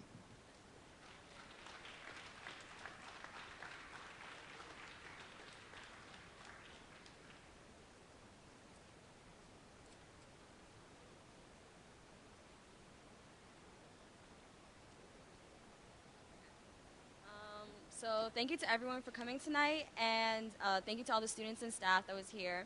And there's a special thank you to the students of West Orange High School Culinary Arts Program because they provided treats outside, and you guys can go get some, so yeah. Thank you, Salam. Thank you, Mike. Thank you, everyone, for coming this evening. Have a good evening. Get home safely, and get ready for the Board of Ed meeting. All right, we're back in session, and we're going to resume right where we skipped over before with the student liaison report. So there's not much to report on. It's the end of the year, so we're going to be closing out. But we finally decided on who will be next year's liaisons, and they'll be introduced at the June 17th meeting. I also wanted to bring up, today in school we had, it was our first annual teen summit, and basically it was six student moderators and 4 adult moderators on a panel kind of setting. And it was meant for seniors, but hopefully it'll go further for lower grades as well. But it was meant to basically a talking session where students could express any concerns they had to prepare for college. So we talked about not only college, but self-esteem, consent, relationships, coexisting, individuality, things like that. So student council hopes to host something like that for younger grades as well in the future and next year. Yeah. All right. Ms. Dominguez. Before the HIB report, if I may, just to update the community, we are continuing with our Hazel interview committee. We're going back out for that position. In the interim, on tonight's agenda, we will see Anna Marti as a recommendation for the acting principal until a candidate is identified of Hazel Elementary, and we will see the recommendation for Kimya Jackson to be the acting assistant principal at Redwood Elementary. And then I have our HIB report.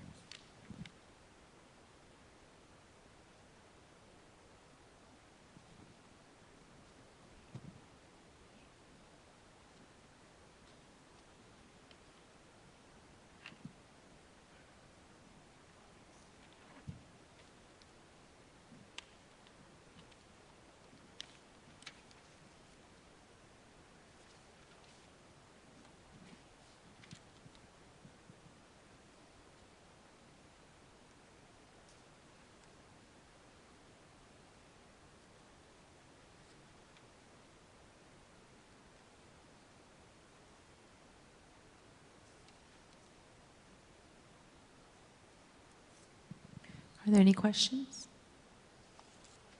Okay, that concludes the superintendent's reports. Thank you. Up next, questions from the public on agenda items only. If you have any, please come down to the microphone. You'll have 3 minutes. Let us know your name and address, and we'll... Seeing none, we can... I'm sorry, you... I said I don't know if it's an agenda item or not because I can't find the attachments. Oh, what's the topic? It was the arts education vote. Is it too late to make a comment There's about that? no vote on arts education, but you can come up at the end after At we the end? address Okay, the business. perfect. Which Thank you won't very much. Be significantly long. Anyone for agenda items? Okay. Up next, first reading of a board policy. We'll pass it over to the policy committee. Sure. Ms. Trix Gales and myself are on the policy committee, and we meet periodically with acting superintendent Mendez. And the policy on for first reading tonight is HIB. Our policy number 5512M and 5512M APSSD, we switched companies. We used to use New Jersey School Boards Association for policy writing, and we're now using Strauss Esme. We approved them at the last meeting. The difference between this HIB policy and our existing policy is that this now includes private schools for spec ed students, and also there's a 60-day reporting requirement that's new. As this is first reading, there's no vote on this policy tonight. We vote and discuss on second reading. Ms. Trigg-Scales, would you like to add anything, or Mr. Mendez? I just would like to add that Strauss Esme, the company that we're now using, is used by most of the school districts in the state. And so we're very pleased that we will be in that good company. It's very user-friendly for parents, and so I'm happy that we have our first policy. Thank you. Thank you. And all of the updates in this policy are mandates from the state. The state has published a document saying that all HIB policies had to be updated with specific articulations and laws, and so then we've updated those to follow what the state has requested. Ms. Mordecai, sure. We do need a vote this evening for the first reading. Policies take 2 readings. Okay, sure. And our next policy committee meeting will be June 13th, where we'll be discussing quite a few more policies. So we'll be bringing you more policies at the next board meeting on June 17th. Mr. Calavano? I need a motion. We have a motion for the first reading. I'll make a motion. I'll second. Mr. Calavano. Mrs. Merklinger? Yes. Mr. Robertson? Yes. Mrs. Trigg-Scales? Yes. Vice President Mordecai? Yes. President Alper? Yes. Okay. Up next, may I have a motion for personnel items 1 through 4? I'll make that motion. Second. Okay. Any discussion? Yes, just want to say I'm happy that Anna Marti is going to be the acting principal at Hazel. I can't think of anybody who's better qualified, and she's contributed so much to our district so many times over so many years. We're very fortunate to have her. And I just want to congratulate Michelle Martino on her 17 years in the district. She's resigning to become principal of a K-8 up in Northvale in Bergen County. So congratulations to Michelle. Oh, I'd like to extend that as well. She's been amazing at Liberty and just really wonderful, and I wish her well in her next venture. My son's had her when she was at the high school. She's really good. And congratulations as well to Kimya for being approved tonight for acting assistant principal at Redwood. She's also pretty good, yes. as well as Miss Marti. Absolutely. Thank you. Mr. Calabash. Mrs. Merklinger? Yes. Mr. Robertson? Yes. Mrs. Trigg-Scales? Yes. Vice President Mordecai? Yes. And President Alper? Yes. Okay, next, may I have a motion for curriculum and instruction numbers 1 through 7? So moved. May I have a second? I'll second. Any discussion? Yes.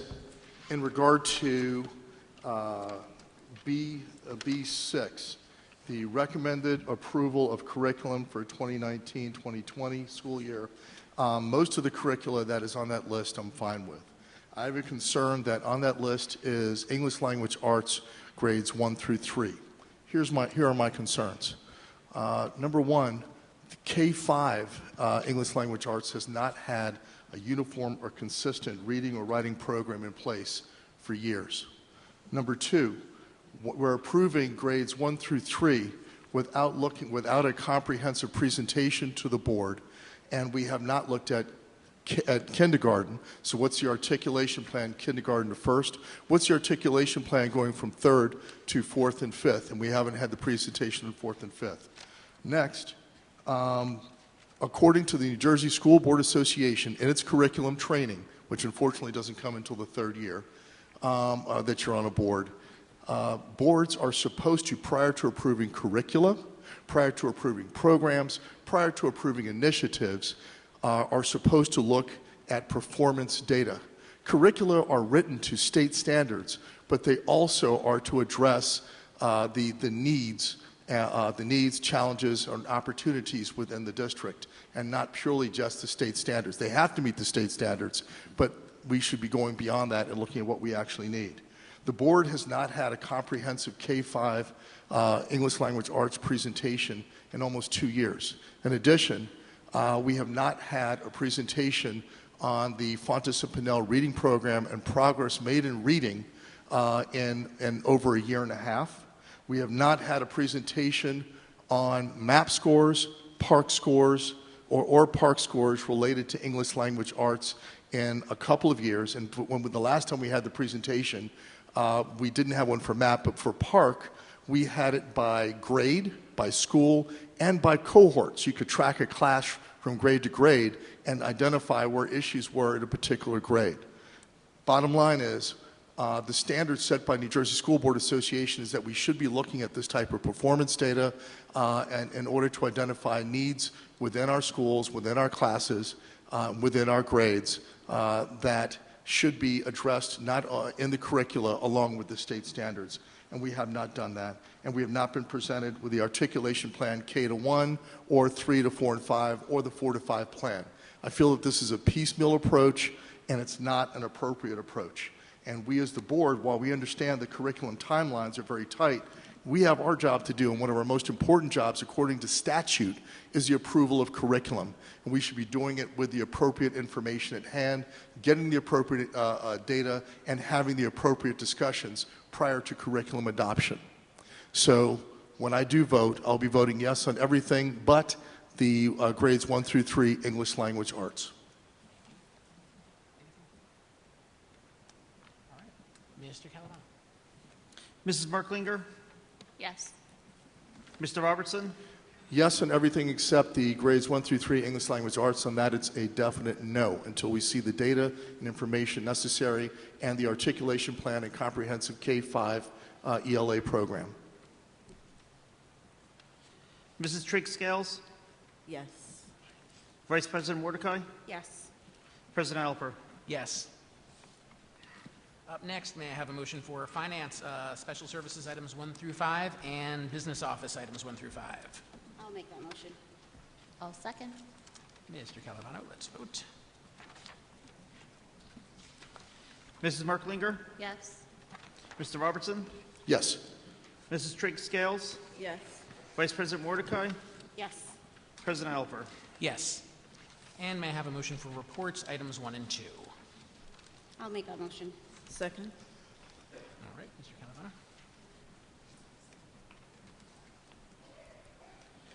Mrs. Merklinger? Yes. Mr. Robertson? Yes. Mrs. Trigg-Scales? Yes. Vice President Mordecai? Yes. President Alper? Yes. Okay. Up now, petitions and hearings of citizens. So now you may come up to the microphone on any topic, give us your name and address, and you'll have 3 minutes on the clock. At 1 Susan Court, apartment C6, here in West Orange, New Jersey. I am an alum of West Orange High School, the class of 2004. And I came here today to implore you to find an alternative to accessing the 150 additional minutes per week for physical education from the elementary school music education programs. I say this as someone who is the beneficiary of the visual and performing arts program here in the West Orange Public Schools. I had a phenomenal experience at Redwood Elementary School where Mr. Joel Perry, God rest his soul, handed me a violin, said I had, yes, thank you, Redwood. And I miss him every day. And so he handed me a violin in the 4th grade. He said I had a really good ear. I had the opportunity to join an orchestra and travel the world before I was even 16 years old. I've played for heads of state. I've played for Congress. I've played at Lincoln Center, all because of his encouragement and from the support of the various teachers that I had through the music education programs here in the West Orange Public Schools. I currently run the Newark Arts Education Roundtable, where I act as a public advocate to make sure that the Newark Public Schools meet their mandate towards arts education, which you know is constitutionally mandated in New Jersey as part of a comprehensive education, hence the core curricular standards in arts education and the soon-to-be adopted national standards, which were approved in 2014 but have yet to be approved through the New Jersey Department of Education.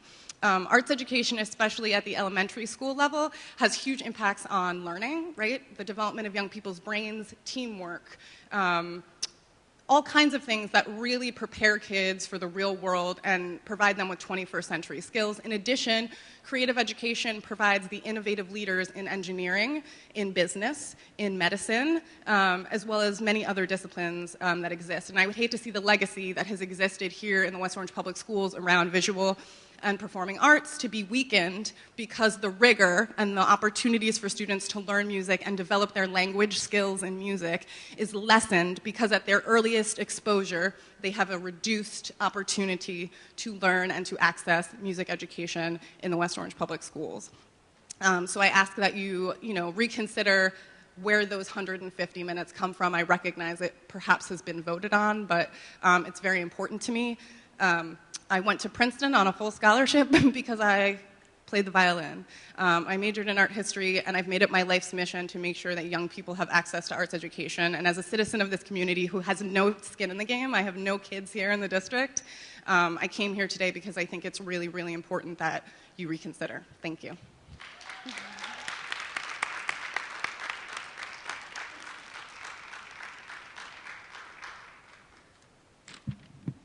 Hi, Sarah Kravitz, 276 Gregory Avenue. I'm actually reading a letter from Sarah Bednarsik, 45 Fairmount Terrace. She and her husband, Jeff Conrad, are band directors at Roxbury High School. Good evening. I want to thank Sarah for reading for me tonight. I'm out coordinating my music program's solo recital. I'm the parent of 2 children, ages 2 and 5. My son will be entering Redwood next year as a kindergartner. When I attended orientation last week, I was impressed with the professionalism and warmth of the Redwood staff and was happy to hear that students receive many core content opportunities in physical education, art, library, and music. I am a high school music educator with 16 years of experience, and West Orange's outstanding music program is one of many reasons my husband and I chose to settle here. A public school student's life is long on lessons and short on playtime. This has evolved for many reasons that can be debated in another letter on another day for another set of years. That said, it is our present responsibility to be advocates for our children, to find creative and progressive ways to enhance the mandated learning experience with avenues for them to explore their imagination and discover who they are. I could wander into the myriad research that displays the positive cognitive and academic effects music has on children, but I most love to argue the humanistic effects of music. The strengthening of cooperative skills, independence, creativity, compassion, and tolerance, intangible elements that cannot be held or spelled. Music creates connections, releases the mind, and eases stress. While society struggles to determine why there is an uptick in adolescent depression and anxiety, it may well be that our drive to be compliant with the state and the government has led us to ignore our greatest responsibility to be compliant with the needs of our children from a very young age. I have lived in public education my entire life. My father spent 50 years in the classroom and was a member of the school board for 9. My husband and I have a combined 34 years in the classroom. I am not naive. I know many people are only concerned with a bottom line, and that those of us forced to make decisions feel the heat of a few much stronger than the support of the masses. But I am an educator, and I strive to be the best parent I can be. So therefore, I must maintain the idealistic convictions that govern my words and actions. I urge you, please find another way to incorporate health education without cutting music education in half. Slide 17 of your March 25th budget presentation promised to support and maintain, among many other things, fine visual and performing arts. This means supporting not just the older students of the program, but the very youngest students, those who are so young they're in bed right now, those who will be immediately and negatively impacted by your decision. Be an advocate for those children. If you are struggling to find a solution, ask for help. Ask the educators and administrators in the trenches, those who work with our children day in and day out. This will take creativity, time, and compromise, but I'm confident you can find a progressive solution that is in compliance with the needs of our children. Thank you, Sarah Bednarsik.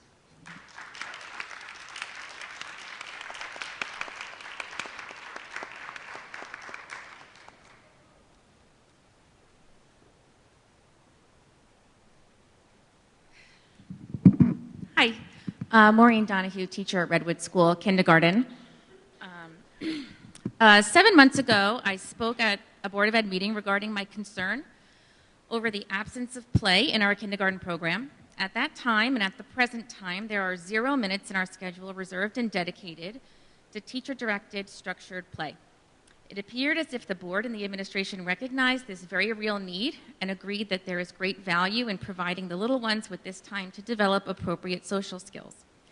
If you haven't yet, I implore you to take a look at the New Jersey Kindergarten Implementation Guidelines on nj.gov, which state clearly that a full-day kindergarten program should include 60 minutes daily of center-based play activities in addition to recess in order to best meet the developmental needs of the typical kindergarten student. After I brought up these concerns and the social ramifications of not providing these children with these opportunities, I was hopeful that there would be some consideration given. One reason I'm speaking tonight is to further inquire about this and to reignite the conversation about the importance of meaningful play in kindergarten. Unfortunately, and correct me if I'm wrong, but it does not seem like our schedules will be adjusted to allow for this structured play. It seems this way because now that our fantastic music program is being cut at the primary grades by 50%, our youngest children are about to be subjected to an even more restrictive schedule. It has always been a pleasure giving my students the much-needed opportunities for meaningful social interaction during their 2 30-minute music classes. Our incredible teacher provides my students with opportunities to move, lead, sing, and role play. She carts in drums and xylophones, and the students work to play in unison, practice, and experiment with volume and rhythm. They perform, receive, and give praise to their peers. Music provides the children with so much of the developmental skill practice I want so desperately placed at high importance in the curriculum. The stress and anxiety relief that music provides the children with allows them to be more cognitively ready for the rigorous day of academics ahead. We do not want to be a town that cuts the arts, not even a little bit. A health curriculum would include reading, writing, and science. No minutes of academics would be sacrificed to keep all of our programs alive. Please think hard about the impact this will have on our future. And if you have any time left over to think some more, please think about how important it is to let our kids be kids. Society will thank us. Thank you.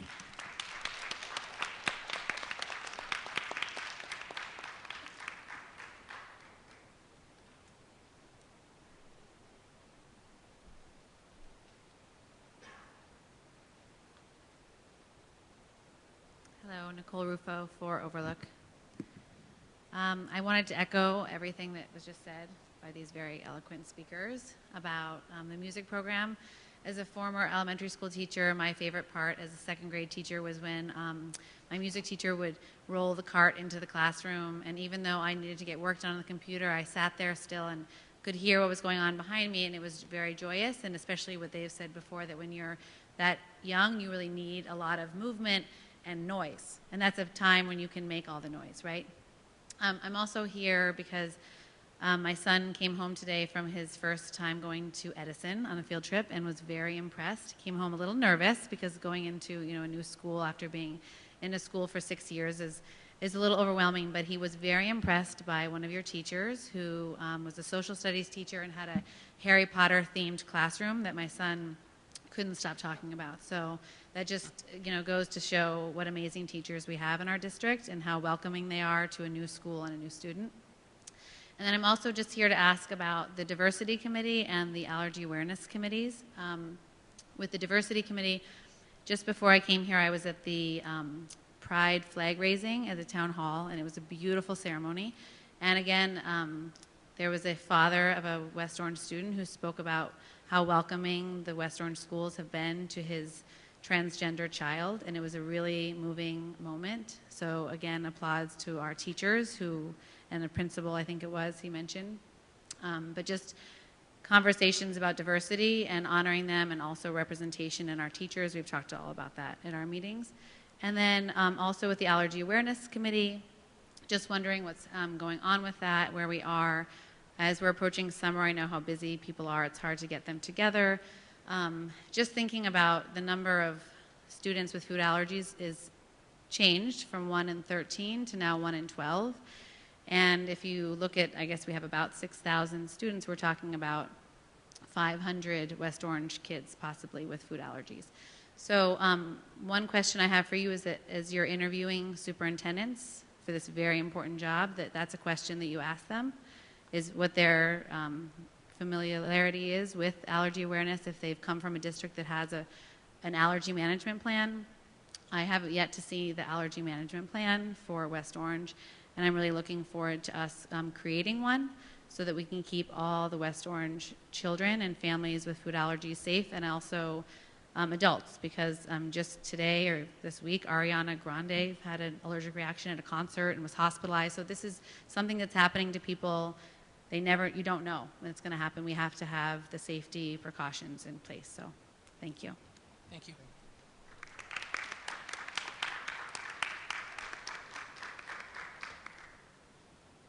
Anyone further?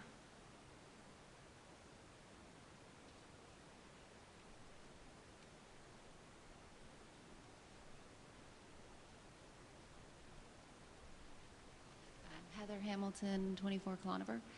I wanted to echo all the sentiments about the music program, and I feel that the very talented and professionals in education here in West Orange could come up with a really creative solution for implementing the health education into the English language program, into the science program. We can talk about the body as the politic. We can talk about the community, we can talk about the country, and we can implement health awareness in different ways, and it doesn't have to be in a gym curriculum and removing music education from the program. Thank you. Thank you.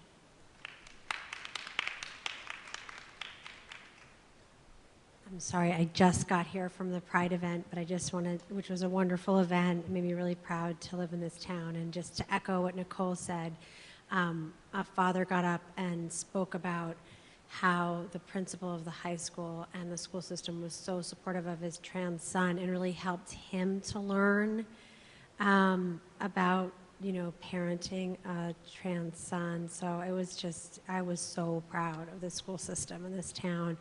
And just to kind of echo, and I feel bad because I just got here, so I don't know what's been said, but just to echo the ask that we not make any cuts to the music program.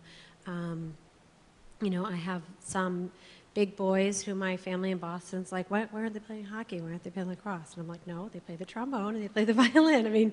And sports are wonderful, and I have a daughter who loves sports, so I'm not suggesting that sports aren't important or that health isn't important, but I feel like there's got to be a way to, as Heather mentioned, to find a way to not cut the music program, because it's such an important. Even I have a son who doesn't play any instruments, and he still finds going to the concerts and being around all that music to be so important. So I'm hoping there's another way to do that. Thank you. Ms. Redwine, if you could just say your name and Oh, address. sorry, so it's on the thing. Elizabeth Redwine, 10 Cobain Terrace. Thank you.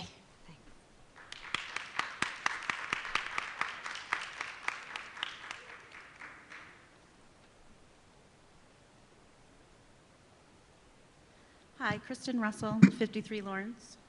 I want to echo what everybody here has said, especially including I have a kindergartner at Gregory. I do agree. He needs a lot more playtime. So I do agree with that. I also have a younger son who is in the preschool program who does have food allergies. I myself have life-threatening food allergies. So I am also here to find out, if there is any update with the allergy committee. I did apply and hope that that's something that we're moving forward with. And that's all. Thank you. Thank you. Anyone further? All right, seeing none, we'll close that portion. Ms. Mendes. We continue to thank everyone for their consistent and continued advocacy for music. Again, we also agree with the comments and its importance. We will continue to look at the schedule, look at the different options that are being presented, while also continuing to support our academic programs.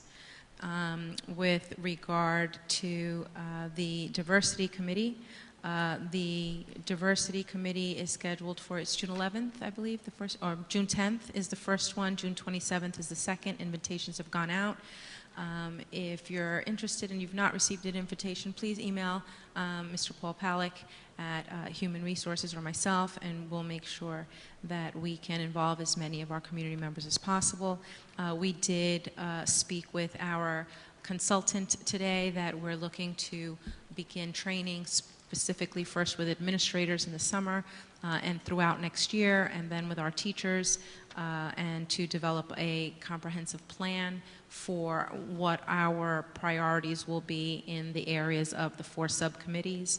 So we will begin working through those with our teams and begin our professional development in August with our administration and in October with our staff.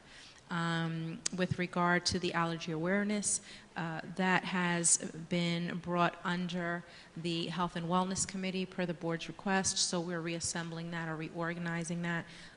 Kristen Gogarty, our Director of Special Services, along with the nurses and former committee members of Health and Awareness will be gathered together along with all of those who've showed interest in participating in the Committee for Allergy Awareness, so that should go out shortly. And I think that's it. Oh, and just Ms. Rufo, it's wonderful that your son had a great experience at Edison. Absolutely, we have stellar teachers, and I'm glad that his first impression was a great one. And so we hope to continue to duplicate those efforts. For playtime in kindergarten, I think that was what was missing. We will continue to look at playtime in kindergarten. We are in the process of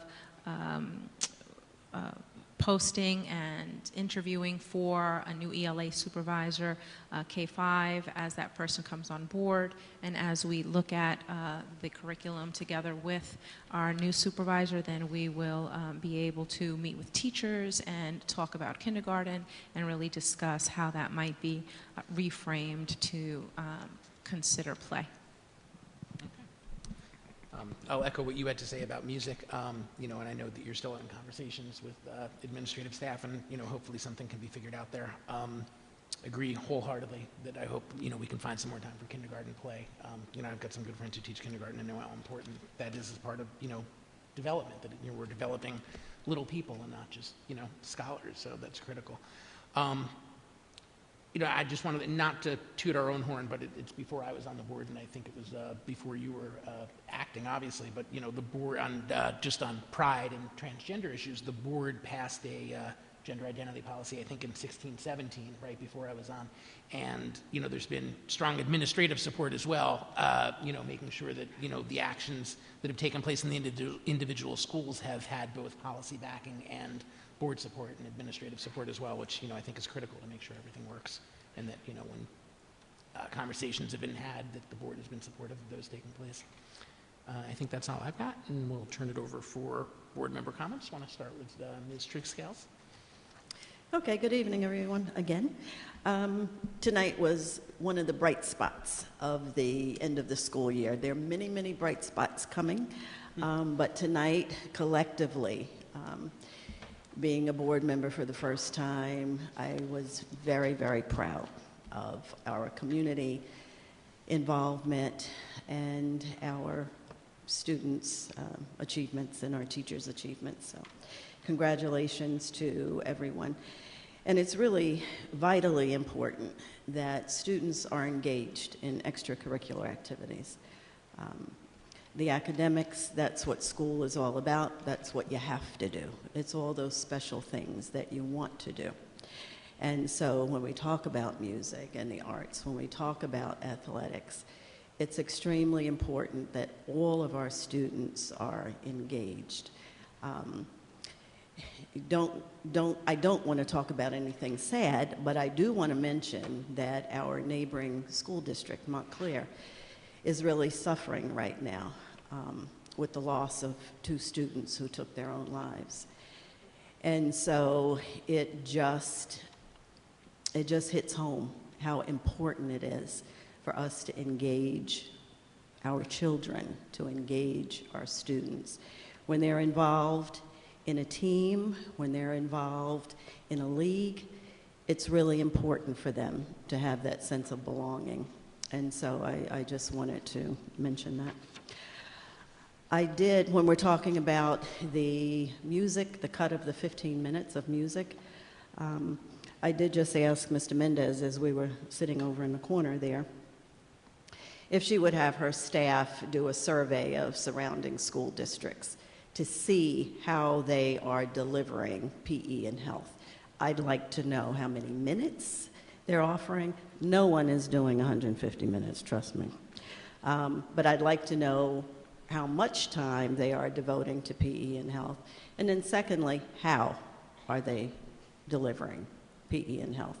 And so that will help guide us as we move forward. And when we talk about kindergarten, center time is my favorite thing. There's a poem, Everything I Ever Needed to Know I Learned in Kindergarten. And so maybe at the next board meeting, I'll have copies for everybody because it is so true. If we could just do what kids are supposed to do in kindergarten, the world would be a much better place. So center time is extremely, extremely important. They are socializing. That's what kindergarten is about, that socialization. Those other things will come later, but we still need to let them be children when they're 5. It's extremely important. Thank you.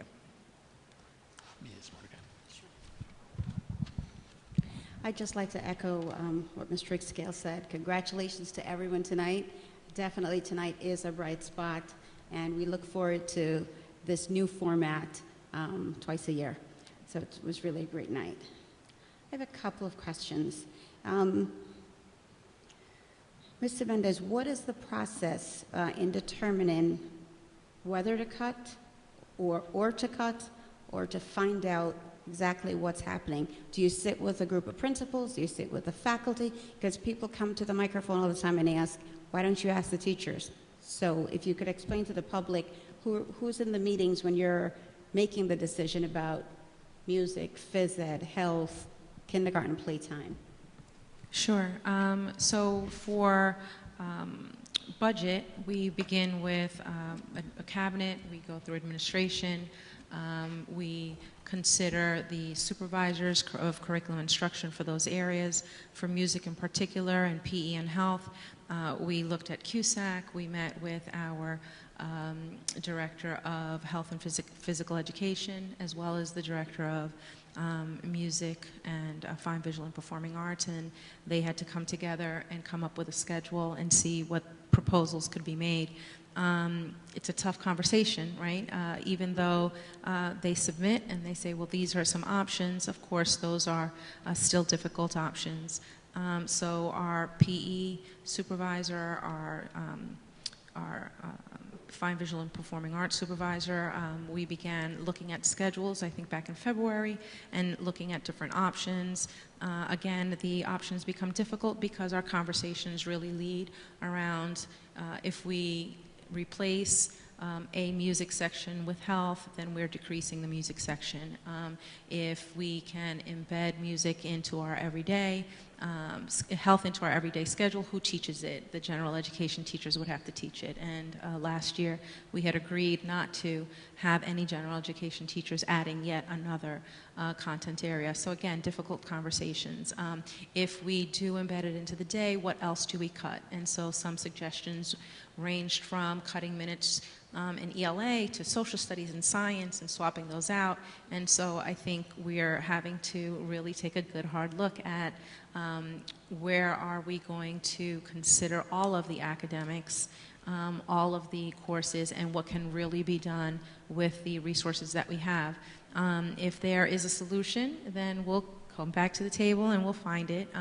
But we're going to meet again to look at schedules. We continue to work with health and phys ed to look at how we can best accommodate it, and we can look at every content area. And again, the difficulty is that for every advocate for the music, which we believe strongly in, it's beneficial. We do not disagree with any of the benefits to our students. We also have to look at the other areas that suggestions would come to cut, right? So suggestions made around cutting science and social studies. Well, we just advocated for science and social studies, just got it back into the schedule 2 years ago, right? So for each area, It's trying to find the balance. There are difficult conversations. We wish that we did not have to consider compromising on any of them. And again, we'll sit back at the table, we'll look at the schedules. We have some iterations of samples that we've received, and so we'll present those again to principals. I'm meeting with Mr. Albine again this week, and then we'll keep with the process. We'll keep with the process until we find something that works for all content areas. I think that's where we are. So just to reiterate, you're getting input from faculty, staff, administrators, supervisors for health, PE, music, and some of the suggestions were to cut core subjects? Yes. Okay. Right, and then others have suggested to cut intervention, or some have said, well, we have it in the schedule. It's true, health sits in the schedule, but it's not taught consistently across the district, so that's a consideration.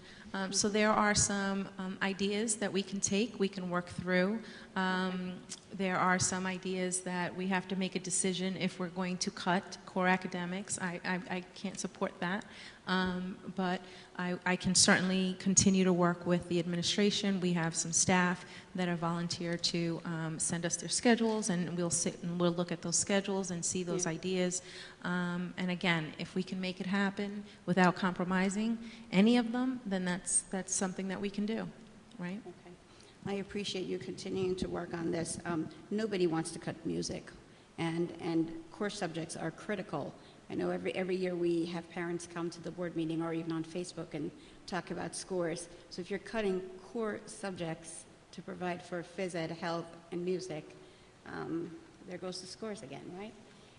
But even though it's not all about scores, it's about students learning and students having growth year to year, and so that they can become successful adults, and whether they're going on to college or a career. So it's tough to talk about cutting core content subjects.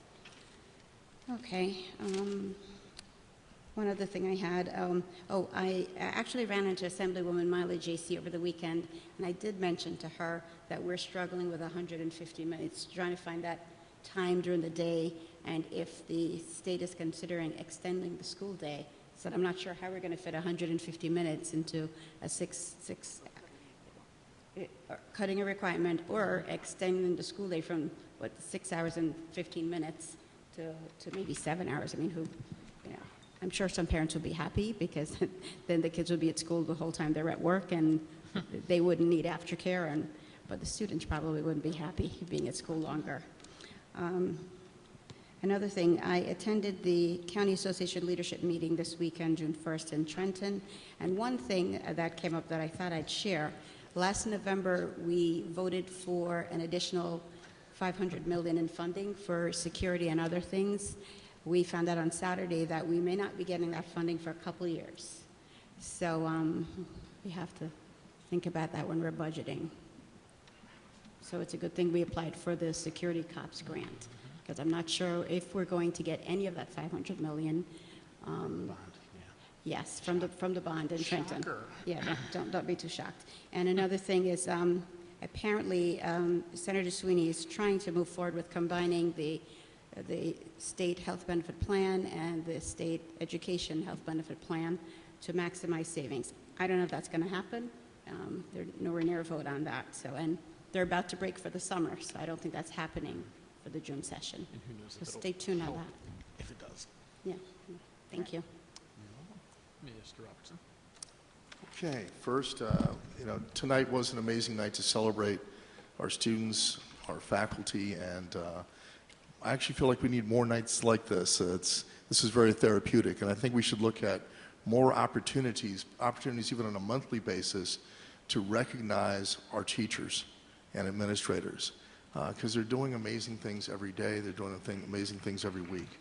We need to do that. I had the pleasure of attending the Rho Kappa History and Social Studies Honor Society, both induction and the awarding of the cords. And as a dad,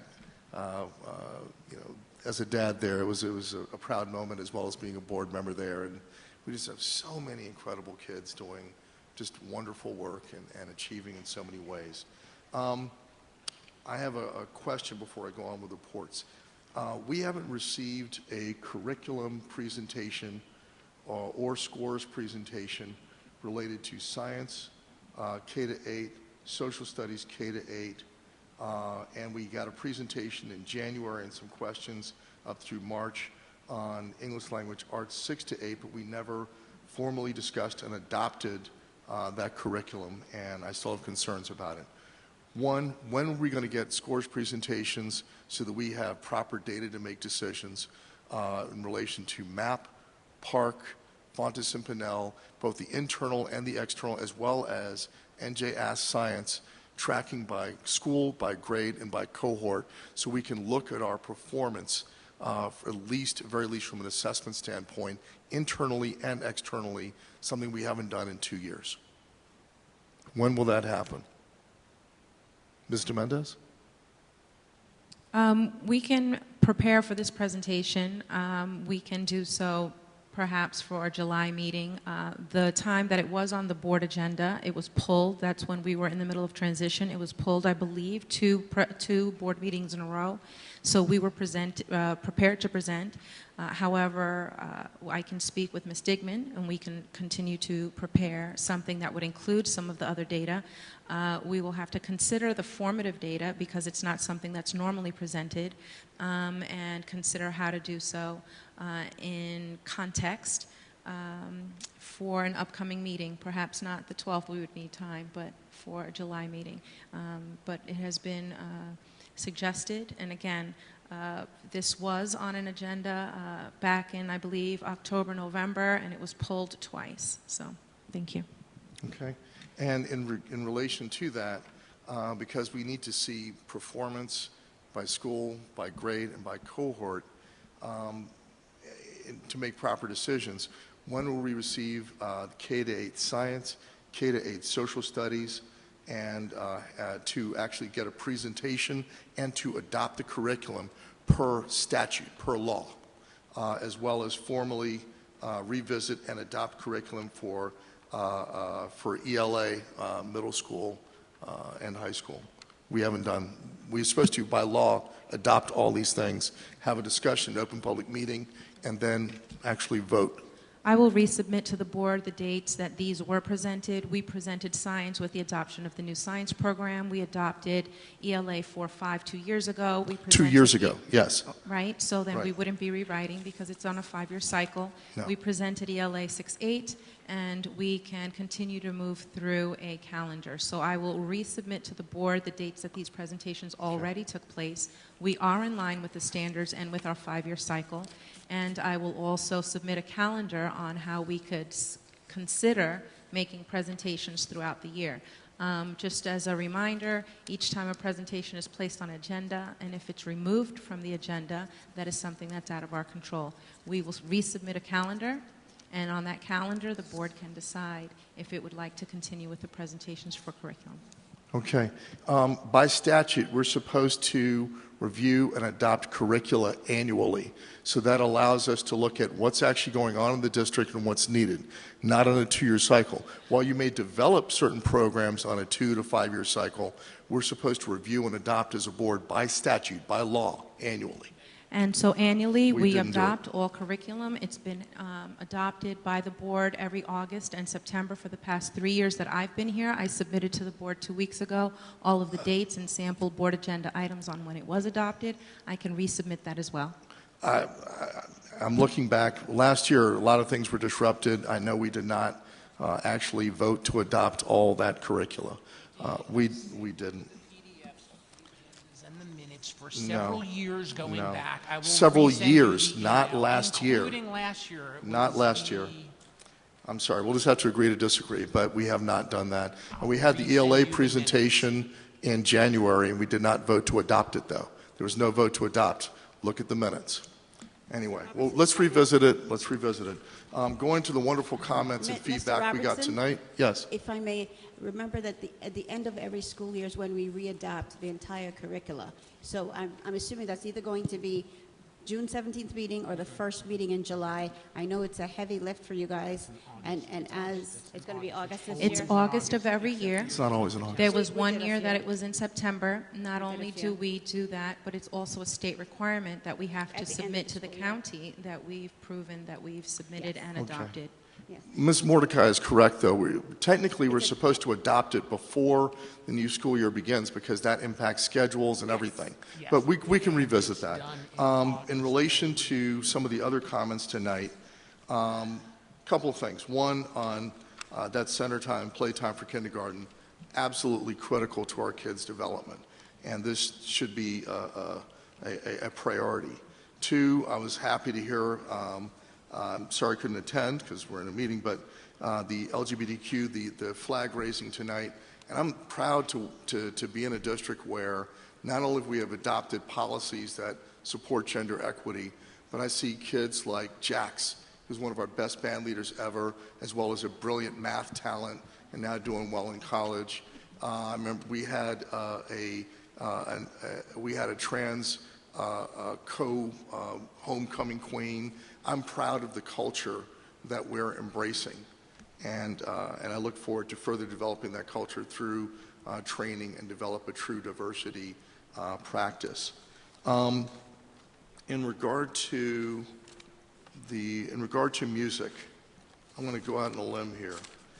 We've been talking about this since we adopted it, since we originally approved the change in the budget. We're talking about 15 minutes a week to try to recapture. And I believe it was 30 per week. Oh my. I misunderstood. I thought it was 15 per week. That's even worse. So earlier, I believe it was it Heather? Oh goodness.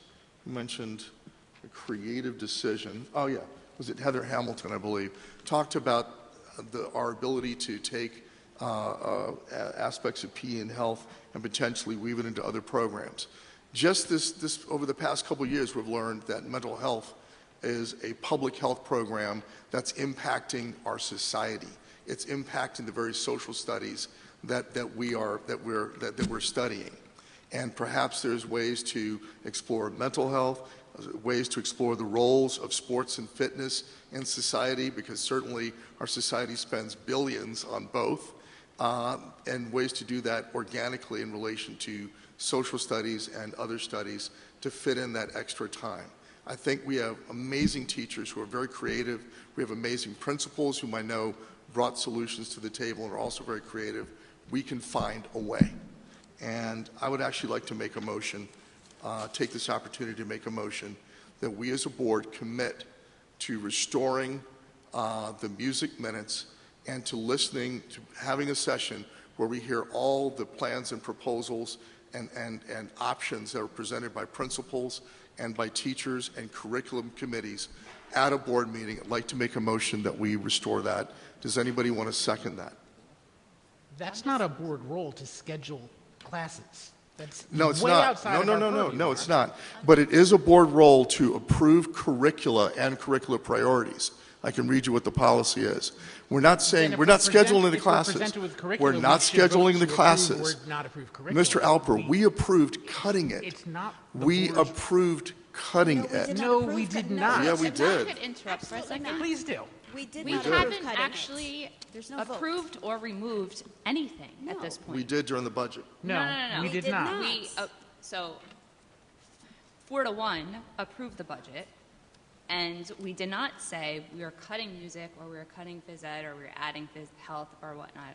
It was mentioned that this is what the plan was, but there's been no vote on it. There's been no decision.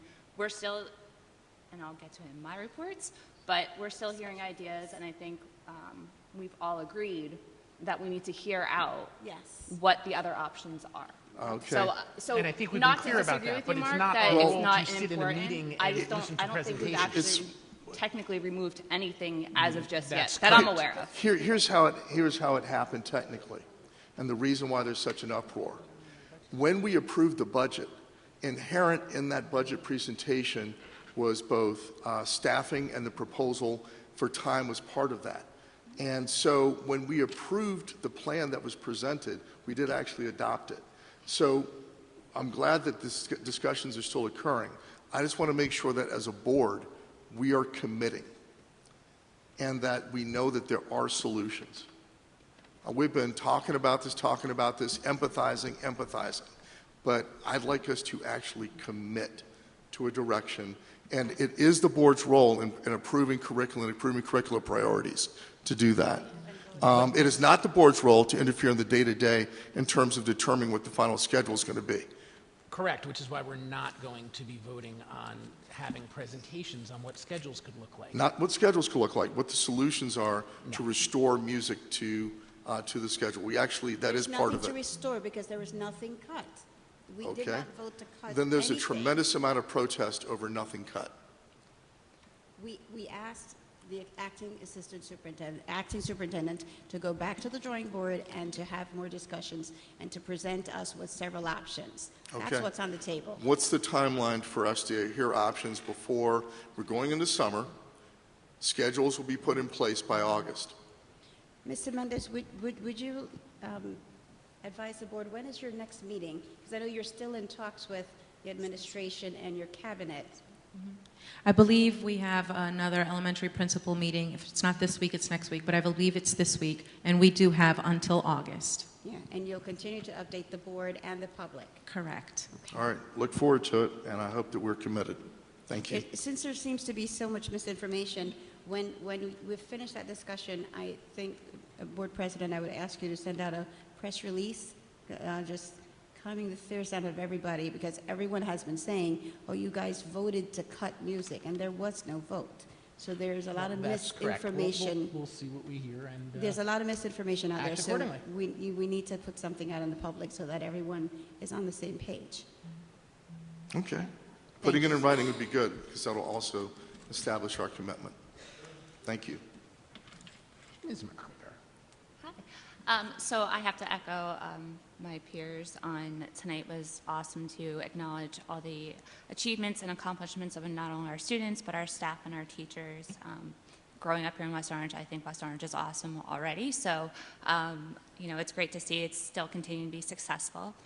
I'm happy to hear about the Health and Wellness Committee. I think I'm actually going to be a part of it. I'm looking forward to working with everyone on what that we can bring to the table between mental health awareness, the allergy committee. So I'm looking forward to what's on the table for the Health and Wellness Committee. I just want to acknowledge that we do see all the posts on Facebook, social media. So between the dress code issues, the music and health issues, I'm sure I break a ton of the dress code rules. So I would love to sit down and just facilitate the discussion. Not that it's the board's role. I absolutely don't think it's the board's role to establish a district dress code, but I do think that we can help facilitate some discussions maybe with the middle school so that there's consistency between Roosevelt and Liberty and Edison. Like I said, I looked over the rules, and I think I probably break a lot of them during the summer. So definitely something that we can look to address. In terms of music and phys ed, I want to acknowledge all the administrative and staff and teachers that have sent us numerous emails with suggestions, options that were presented. I appreciate that information. It's helpful to know. And I think it's definitely something that we've talked about on several points tonight, that we are going to hear what those options are and weigh those out and work together to incorporate, I think, everything. I think I said this the last board meeting. I had health, I had gym, I had language arts, math, science, social studies. I had art history, music. I remember we had a kiln at Gregory School and making clay pots and stuff like that. So it was definitely, it can be done. It has been done. We used to have health, from what I understand, in the curriculum along with music. And it was removed several years ago. So I think it's probably something that we can add in. I don't think there should be any issue with it. And it sounds like, in all transparency, the schedules that were sent to me make absolute sense. And it fits in everything. It seems like a win-win-win across the board. So definitely looking forward to having those discussions. And I agree that they are difficult, but it seems like it's just common sense that we can do it all. And then I just want to remind everyone that we are off tomorrow. The schools are closed. I want to wish all the students at Liberty and Roosevelt safe travels on their 8th grade trips this week and next week.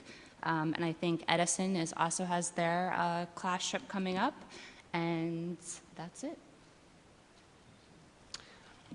My only thing, Thursday night attended along with Mark the Scholarship Foundation event honoring the Galanti brothers, who both have taught in the district for 40-ish years and served as association president and I think negotiation chair of the association for virtually their entire time teaching in the district. Great presentations from Jerry Tarnoff, from Stephanie Soriano, from Mark Maniscalco, and more. It was a great event. It was awesome. Go ahead. So, I don't much today. I just want to talk about the music education topic as well. So I want to give my own perspective, and I always want to include the perspective of a disadvantaged student. So I think that the music education system we have here in West Orange is actually, we all know it's one of the best in the state, maybe in the country. And I really think it's an investment in the students as well. I think it's important to students who maybe won't be otherwise afforded the opportunity to have that outlet, even just to relieve stress. But I know for me, it gave me an opportunity to play music, and when I couldn't afford it, I always had an interest in music. When I was in 2nd grade, I was already asking to take piano lessons, but it was just not in our budget. So having the chance to take music classes as early as 4th grade, even starting with a recorder in 3rd grade, that just gave me an opportunity to have somewhere to express and to develop the skill that I already had. And I even got a chance to play instruments like the violin, the guitar. I got to learn how to play the ukulele in 8th grade. It was really fun. And even though I wasn't here in the West Orange in the West Orange district, I was an ESL student in the New York Public School District, the Montgomery County Public School District in Maryland, and it was a great way to express myself non-verbally when I couldn't express myself verbally as well. And I think that if nothing else, it's an investment in those kind of students that may not have the chance to have, a free music education, like a top-notch education that we have here in West Orange. And I just want to give my little 2 cents on that. Awesome. Thank you.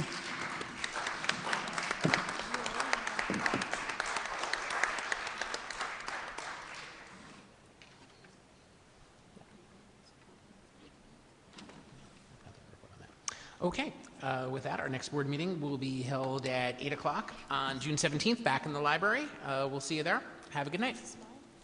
Motion to adjourn. Make a motion. Second? Second. Don't forget to vote tomorrow's election day. Mm-hmm. All right. All in favor? Yes? Yes. All right.